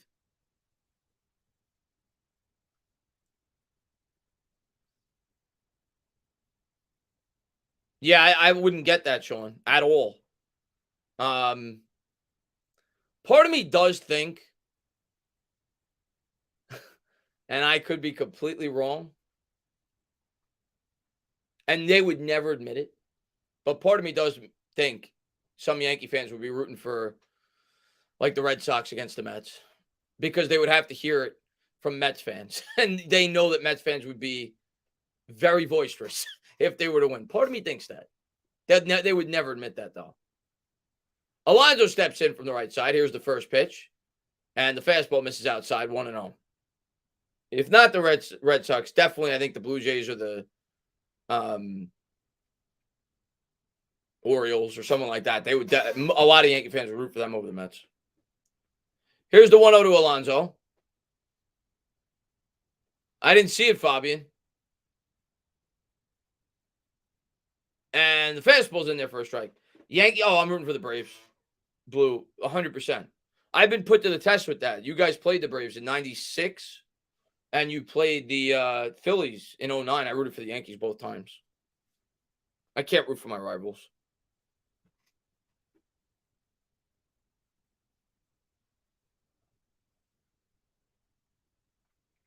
Now, I wasn't happy when you won, but I was rooting for the Yankees. Here's the 1-1 to Alonso. Come on, Pete. Fastball misses inside, 2-1.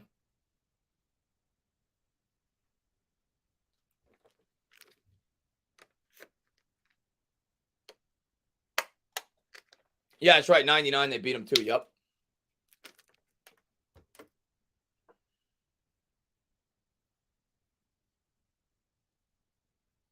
But no, it's definitely Braves, Phillies are on another level. Here's the 2-1. And the fastball in there for a strike. 2-2.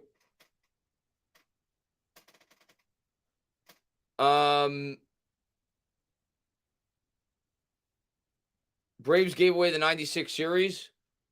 Yeah, well, they had a 2-0 lead. Andrew Jones hit a home run, I think, the first 2 games when he was 19 years old. And then the Yankees won 4 straight.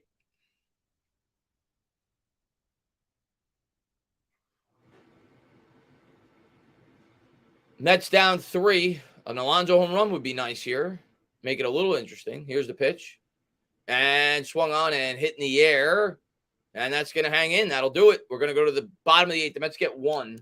So at least they give themselves a prayer that maybe we get a rally, but not near enough right now. Bottom of the 8th. Braves lead by 3. There was a small portion of Giants fans rooting for the Eagles in 17 so they could see Brady lose. Well, that's just stupid. And I will fully readily admit that I hate the Eagles probably more than the average Giant fan. And every Giant fan should hate the Eagles, but I really hate them. Some Giant fans seem to hate the Cowboys more, which I completely understand. But how could you ever root for the Philadelphia Eagles to win a Super Bowl? How? If you're a Giant fan, how? And that's why I always say that 2017 is by far the worst year I've ever had as a Giants fan. Last year doesn't compare to it.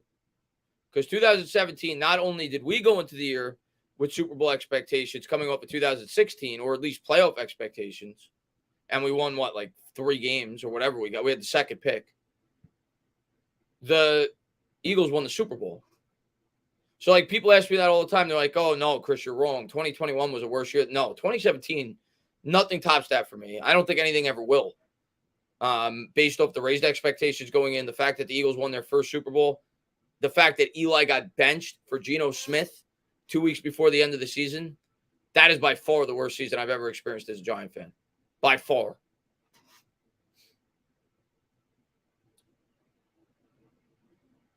You hate the Cowboys more than the Eagles? Yeah, for me, it's the Eagles.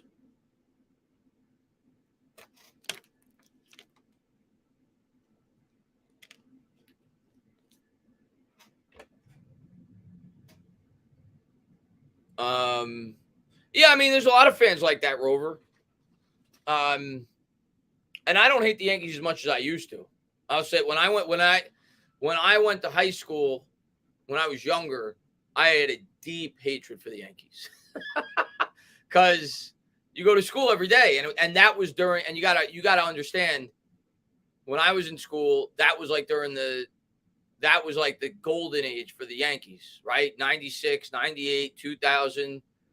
And I had to go to school with these kids every day, rub it in your face, knowing that you're a Mets fan. So I used to have a deep-seated hatred for the Yankees. Not near as much anymore. Don't like them, but not near the same level.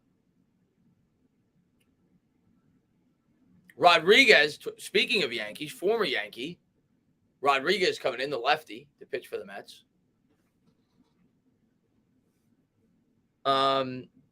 Be weird. It was Mets Houston. We play them in the 86 World NLCS. Yes, we did. Played the Red Sox in the World Series. If the Red Sox ever face the Mets in the World Series, I'm turning my TV off for 2 months. Wouldn't be able to take it. You're going to root for the cheating Astros over us? Wow, Chris, I can't believe you would do such a thing. Oh, yeah, I'd root for the Astros over the Yankees. 100%. 100%. See, the way that I could rationalize doing that, the Yankees cheated too. Every team in baseball is cheated. You guys got caught with steroids. Roger Clemens, Andy Pettit. Everybody's cheated. I know they got caught doing some more extreme things, but yeah. Yeah. I would root for the Astros. Again, I wouldn't care too much about the series, but I would not be pulling for the Yankees. Rodriguez set to start the bottom of the 8th. Swanson's going to lead off for the Braves. And the fastball in there for a strike, 0-1.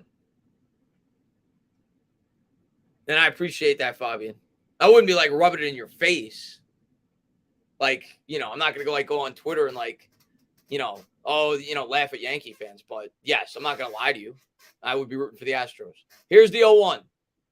And the slider swung on and fouled off, 0-2. To be fair, I had more political reasons for rooting for Atlanta to win it all last year. Political? What? Matt, you are a character, man. What political reason would you have to root for the Braves? Here's the 0-2. And a fastball swung and fouled off.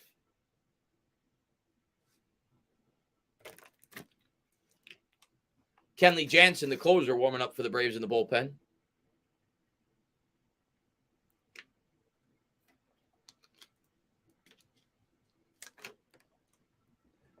They got robbed of the All-Star game last year over a voting law. Here's the 0-2. So wait a second, Mets. Wait a second. You're telling me.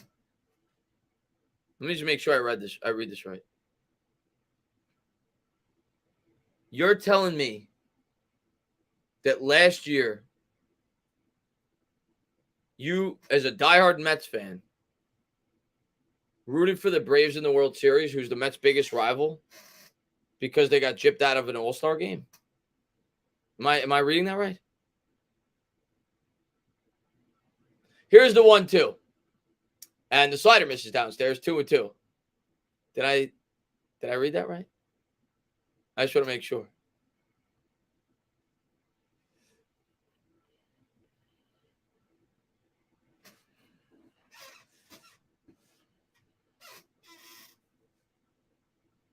Here's the 2-2 from Rodriguez. And a fastball hit on the ground. Escobar fields it over at third. He'll turn around and throw over to first. 1 down. You know your dad's a Mets fan? I mean, it's not the end of the world.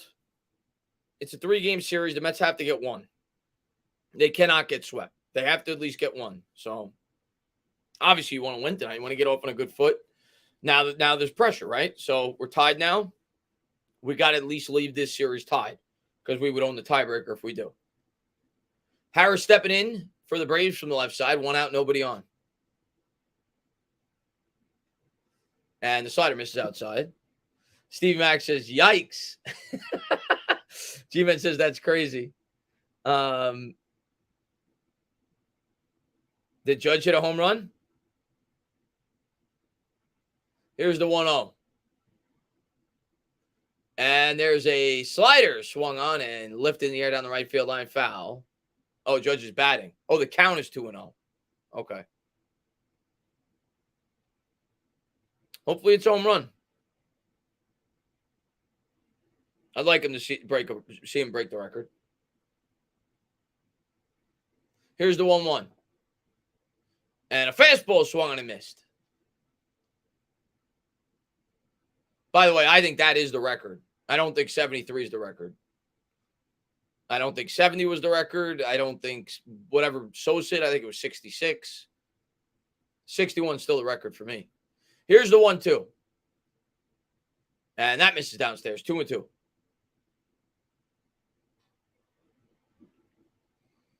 Did Columbine happen when I was in high school? I don't remember when Columbine happened. Let me look.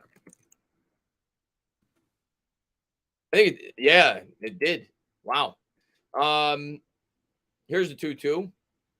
And that's grounded back up the middle. That's fielded by Lindor. Will throw over to first. 2 down.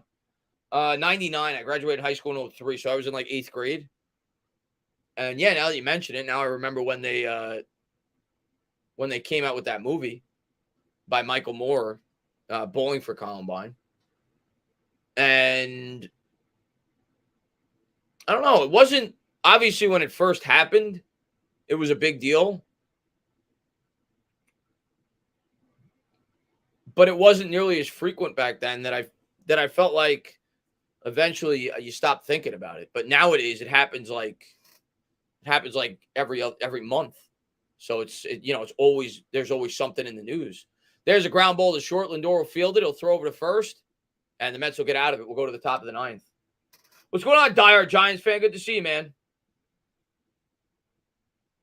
I remember a couple of like tragedies, growing up. But you had the Oklahoma City bombing. That was when I was probably like 4th or 5th grade. So that was probably like 95, 94. I remember that. Columbine, like you said, obviously 9/11. But back then, the school shootings weren't nearly as frequent as they are now. Now it's just like, oh, it's a Friday. It's, What's going on, Chase, man? Thanks for popping in.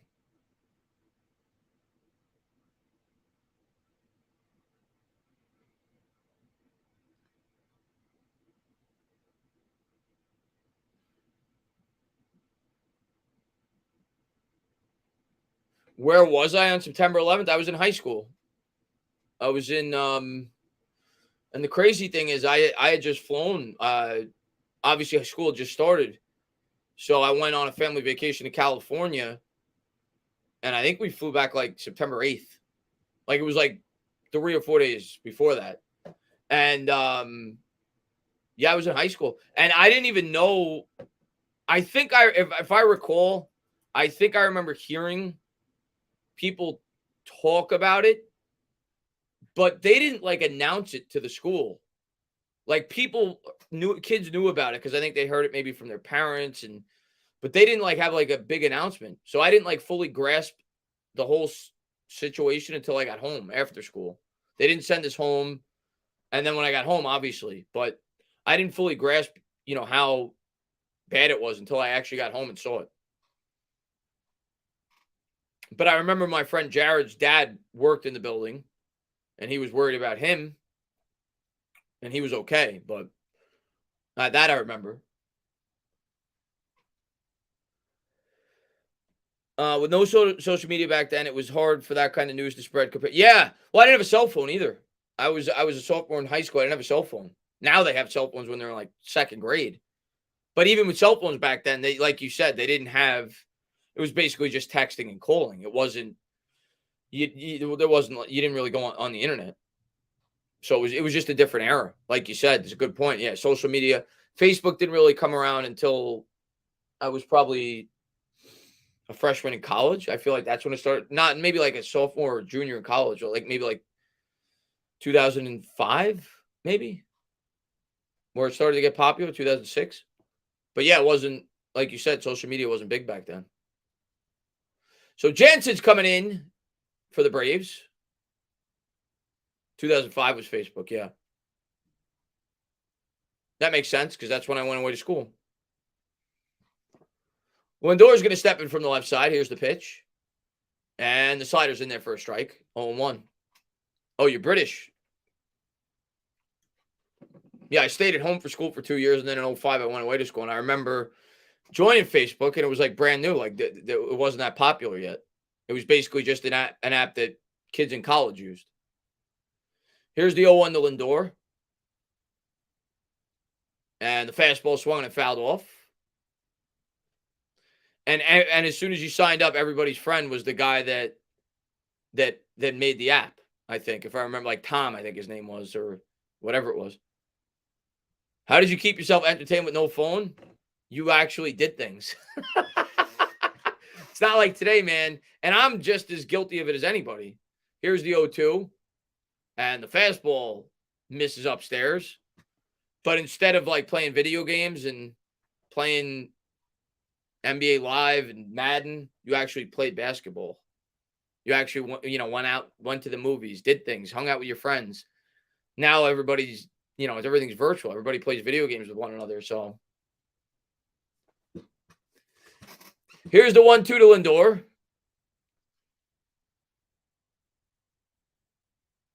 And he chases one way out of the zone, 1 out. And Dan, man, thank you very much, man. Get a chance to watch Cobra Kai yet? I did not. Somebody asked me that at the top of the stream, Dan. And yeah, exactly. So glad you grew up without the internet. Yeah.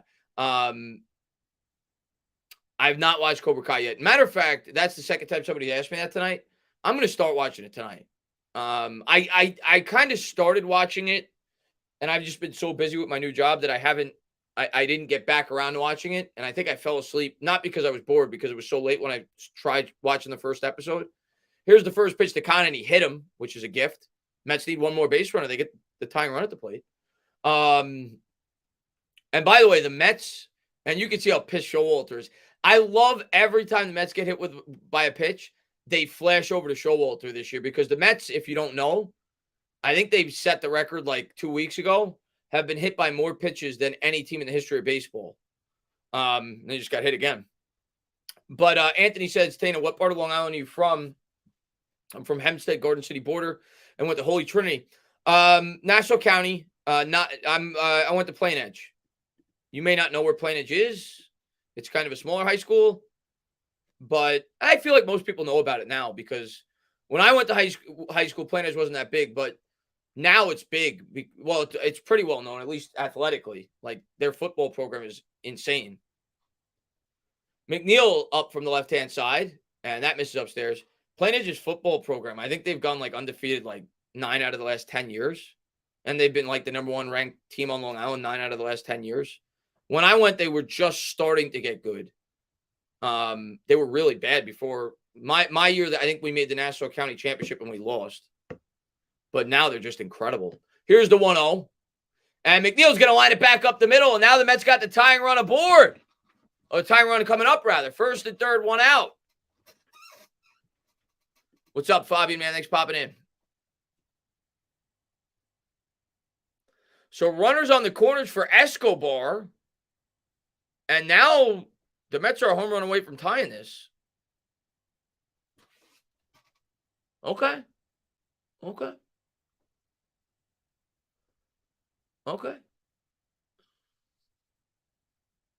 And the Mets' hottest hitter, like I said earlier, has been Escobar. He's batting like 340 this month with 8 home runs. And he's 2 for 3 tonight. And he nearly had a home run his last at bat. Infield shift on for the Braves. No more cable guy, Joe. I got a desk job. Got a desk job. Escobar from the left side. Here's the pitch by Jansen. And slider swung and a missed. I won't say where, because people seem to hate government employees, but I have a government job. Escobar, 33 for 97 in the month, batting 340, like I said. Jansen looks in for the sign. And Escobar will step out. Come on. No, it's not the IRS. I would tell you if it's the IRS. It's not the IRS. Judge got to win the AL MVP. Judge should win the AL MVP. Here's the 0-1. And good job there. The whole Ohtani thing just pisses me off, to be honest with you. The whole Ohtani thing pisses me off. And I just told you, I don't like the Yankees. Aaron Judge should absolutely win the MVP. The Angels suck. Like, what is Ohtani just going to win it every single year because he could pitch? And don't get me wrong, he's incredibly valuable. But then you might as well just hand him the award every year. Here's the 1-1. And Escobar checks his swing. Like, if Aaron Judge is not going to win the MVP award this year, like, then Ohtani's just going to win the award every single year. Like, seriously. Judge might hit the Triple Crown and break the home run record. Like, how could he not win the MVP? And the Yankees are going to finish with the second best record in the American League. It'll be a 2-1 to Escobar. Come on. Come on. And that misses outside. 3-1. All right, come on.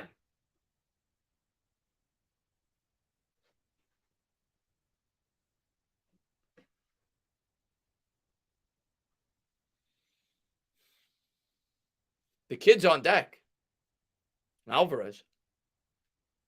I'm just saying. That'd be cool. Here's the 3-1 Escobar. And ball 4. I would pinch run. Now for Escobar. Not that he's slow, but get more speed out there. He's the tying run. A double scores him now. You want to have more speed at that where the tying run is. That's at least what I would do. We'll see if Buck does it. Maybe they'll wait in that bat if he advances because he's got 2 runners in front of him. And I'm sure they're going to have a no doubles defense. Alvarez coming up, bases loaded. He's the go-ahead run with 1 out here in the top of the 9th as the Mets starting to threaten to rally. Alvarez's first game as a pro, and he's putting a big spot here.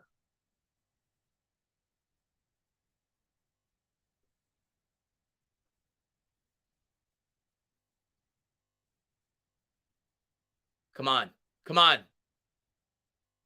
Here's the pitch. First pitch swinging at the slider. That'll reach the seats. Fouled it off. Alvarez is 0 for 3. Grounded into a double play. He's grounded out twice. He flew out. His last at-bat, he hit it good. He's actually hit it hard twice. His first at-bat, he ripped it. It was on the ground, though, right at the third baseman. His last at-bat, he hit it hard. Just not quite far enough to center field. Here's the 0-1 Alvarez. Oh, he swung through the slider. Was looking to hit that one a mile. And Alvarez is probably, And I got to think if Alvarez gets out here, you got to pinch hit Vogelbach, right? Lefty-righty matchup, power threat. I would think. And yeah, it looks like Vogie's on deck. So they got 2 chances at a pop. Here's the 0-1. And Alvarez, that's the second time he lost his bat tonight as he swung through the fastball. I don't think I've ever seen a hitter throw their bat twice in one game. I've seen it once. Maybe I have. But that's the second time he swung and missed and threw the bat. Obviously not intentional. He's got to get more pine tar in that bat or something. But 2 down here in the top of the 9th.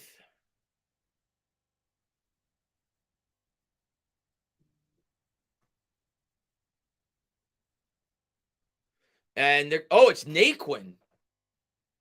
I'm surprised. I thought it would have been Vogelbach. I mean, Naquin's good too, but I thought it would have been Vogelbach here. But bases loaded, 2 outs here in the top of the 9th. Jansen from the stretch. And first pitch slider. Naquin tried to check his swing. They check over at third. They say he held up. So if he gets on, then you got to figure Vogelbach will come up. For Nito.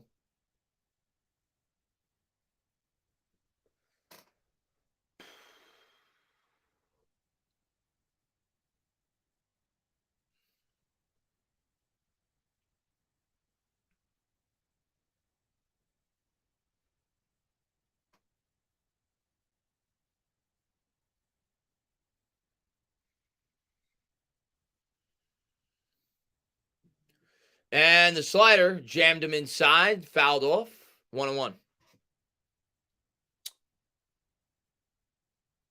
No need, yeah. And Vogelbach now is on deck. 1-1. Double ties it because Escobar's running on contact from first. Or at least to be a play at the plate, you figure. Here's the 1-1. And there's a slider fouled off. So the Mets now down to their last strike. They've battled and gotten an opportunity here in the 9th, but they're down to their last strike. Bases loaded, 2 down. The Atlanta faithful on their feet. They're calling for a strikeout.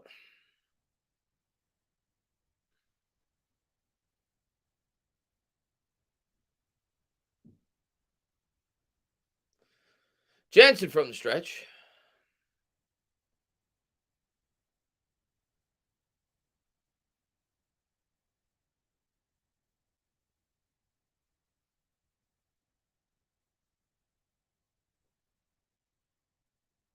Here's pitch.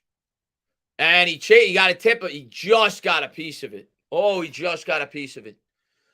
Luckily, the catcher, Darno, was unable to hang on. He nipped it with his bat. It hit Darno's glove, and it popped out. It hit the heel of his mitt, and it popped out. So Naquin will get another chance. 1-2.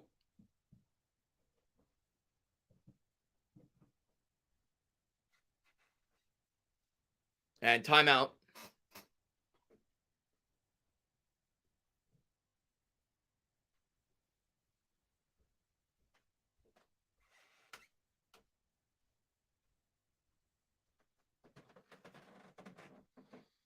I'll tell you what, looking at the outfield, if Naquin is able to pull it, that's an easy double. They are not playing him to pull. Obviously, you got to figure Jansen's probably going to try to pitch him away based off the outfield alignment. And that's what they're going to do. Here's the 1-2. And that's in the dirt. 2-2.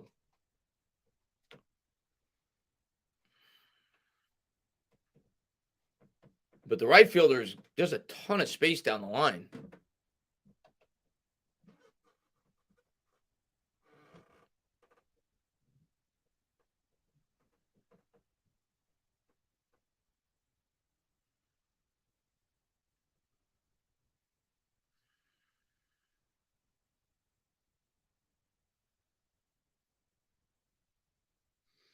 Jansen from the stretch. Here's the 2-2. And he chased one, but he just got a piece again. Slider out of the zone. He's able to stay alive. 2-2.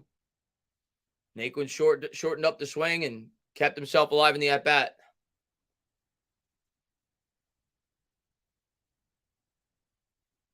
Just was able to get a piece of it.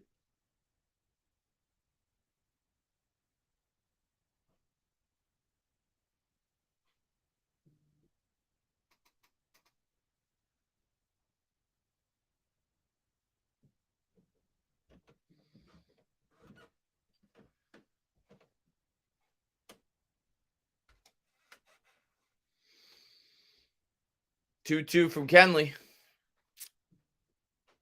And he jammed him inside. That will reach the seats. We'll do it again. Just got over the dugout. So 3 foul. I think it's 3, maybe 4 foul balls by Naquin in this at-bat. Hasn't looked particularly good. He's kind of just survived up there. Ottavino and Diaz warming up for the Mets. You assume Ty Ottavino comes in, Lee Diaz comes in.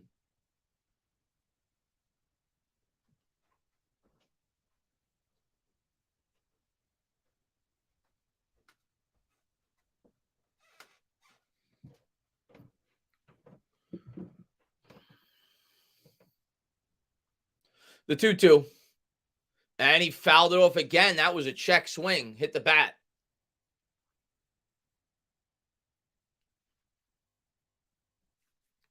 Naquin's chased at least 3 balls out of the zone, but he's fouled them off.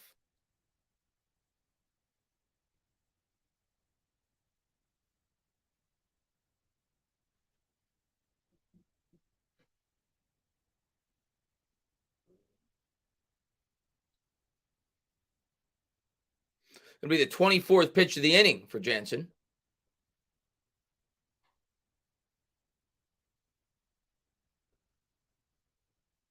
And he struck him out. Fastball, knee high, and that'll do it. Braves take the first game. And tomorrow, Max Scherzer's going. And Braves got a good pitcher going tomorrow, too. But Max Scherzer will be going for the Mets. And we'll see if we can bounce back. But just couldn't get it done tonight. Had a couple of opportunities. Couldn't get it done tonight. So the Braves win the first game of a 3-game series. And now the Mets and Braves are tied in the National League East with 5 games remaining. And if you're the Mets, obviously you want to win both, but the goal has to be at least one. And then you control your destiny going up against the Nationals at home for the last 3 games. They got to find a way to win one out of these next 2 in Atlanta with Scherzer and Bassett on the mound. And then they control their own destiny, but they got to get there. So we'll see. And I appreciate it, Raphael, man. Great stream today. I appreciate it, man. Congratulations, Braves fans. And the Braves now 98-59, and the Mets 98-59. So we've played 157 games, and they have the same record. They're also both 6-4 in their last 10. There's going to be a team this year that wins 100 games and does not win their division. The National League East is ridiculous. But congratulations, Braves fans. Yeah, you got it. You got it, Alpha Man. Gonna win tomorrow. We need to win tomorrow, man. We need to win tomorrow. 1 down, 2 to go.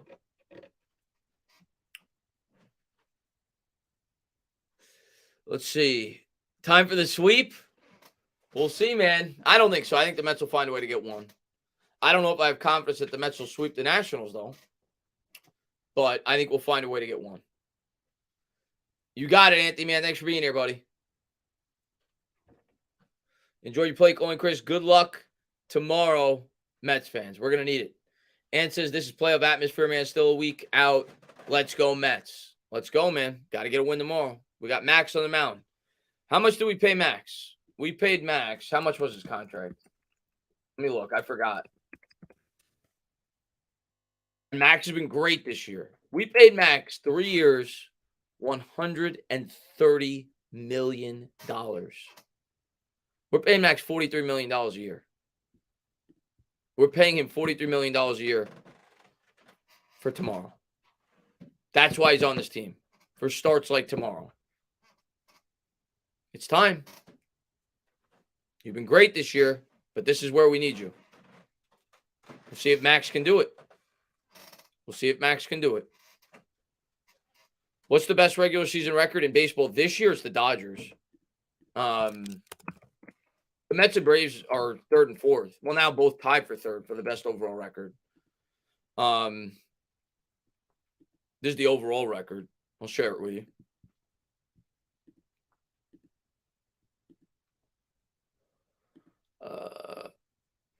The Dodgers have the best record at 108-48, so they're gonna win probably at least 110 games. Astros are second at 102-54, and then you got the Mets at 98-58, and now the Braves at 98-58. And I don't know if the Yankees won or lost tonight, but they're next. If they won, they're a game back of those 2 teams. If they lost, they're 2 games back. So those are your top 5. Oh, best record of all time? The Mariners. Seattle Mariners in at least regular season record. The Seattle Mariners in 2001, I think. The Yankees beat them in the playoffs. They didn't even win the World Series, but I think they won 116 games in the regular season. Something like that. The Yankees, I think the 98 Yankees held it with, I want to say, 114, and then the Mariners beat it in 2001 for regular season. I think the 98 Yankees have the most wins if you include postseason all time. I could be wrong on that, but I don't think I am. They were 116-48, that Mariners team. That Mariners team that year, I mean, first off, everybody took steroids. Brett Boone came out of nowhere to just play insane that year. He drove in like 140 runs. He was never a player like that. Ichiro, of course, was incredible. He won Rookie of the Year and MVP in the same year. Obviously, it wasn't like your traditional rookie. He was like 27 years old. You had Edgar Martinez on that team still. That team was loaded.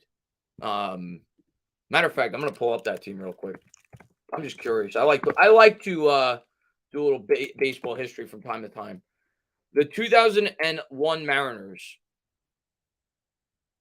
This was their team. Former Met was on that team. Mike Cameron. Let me get rid of this real quick. Griffey wasn't on that team. Griffey was on the Reds by then. 2001 Mariners had John Olerud, who of course was on the Mets before that. He signed with the Mariners after the fact. He was with the Mets in 99. He batted 302, 21 homers, 95 RBIs. You had Brett Boone that year who just exploded.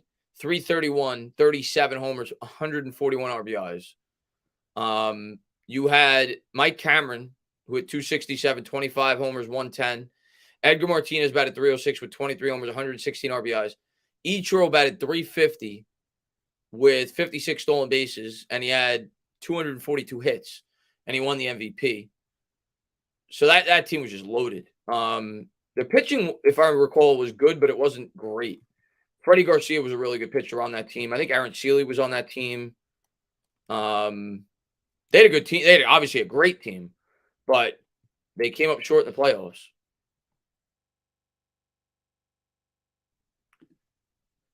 Yeah, that team was loaded. I'm going to tell you what, and I don't know how many Braves fans are still in here because we only got 78 people because it's starting to empty out. The Braves, I forget what year it was. I want to say it was 2003, maybe 4.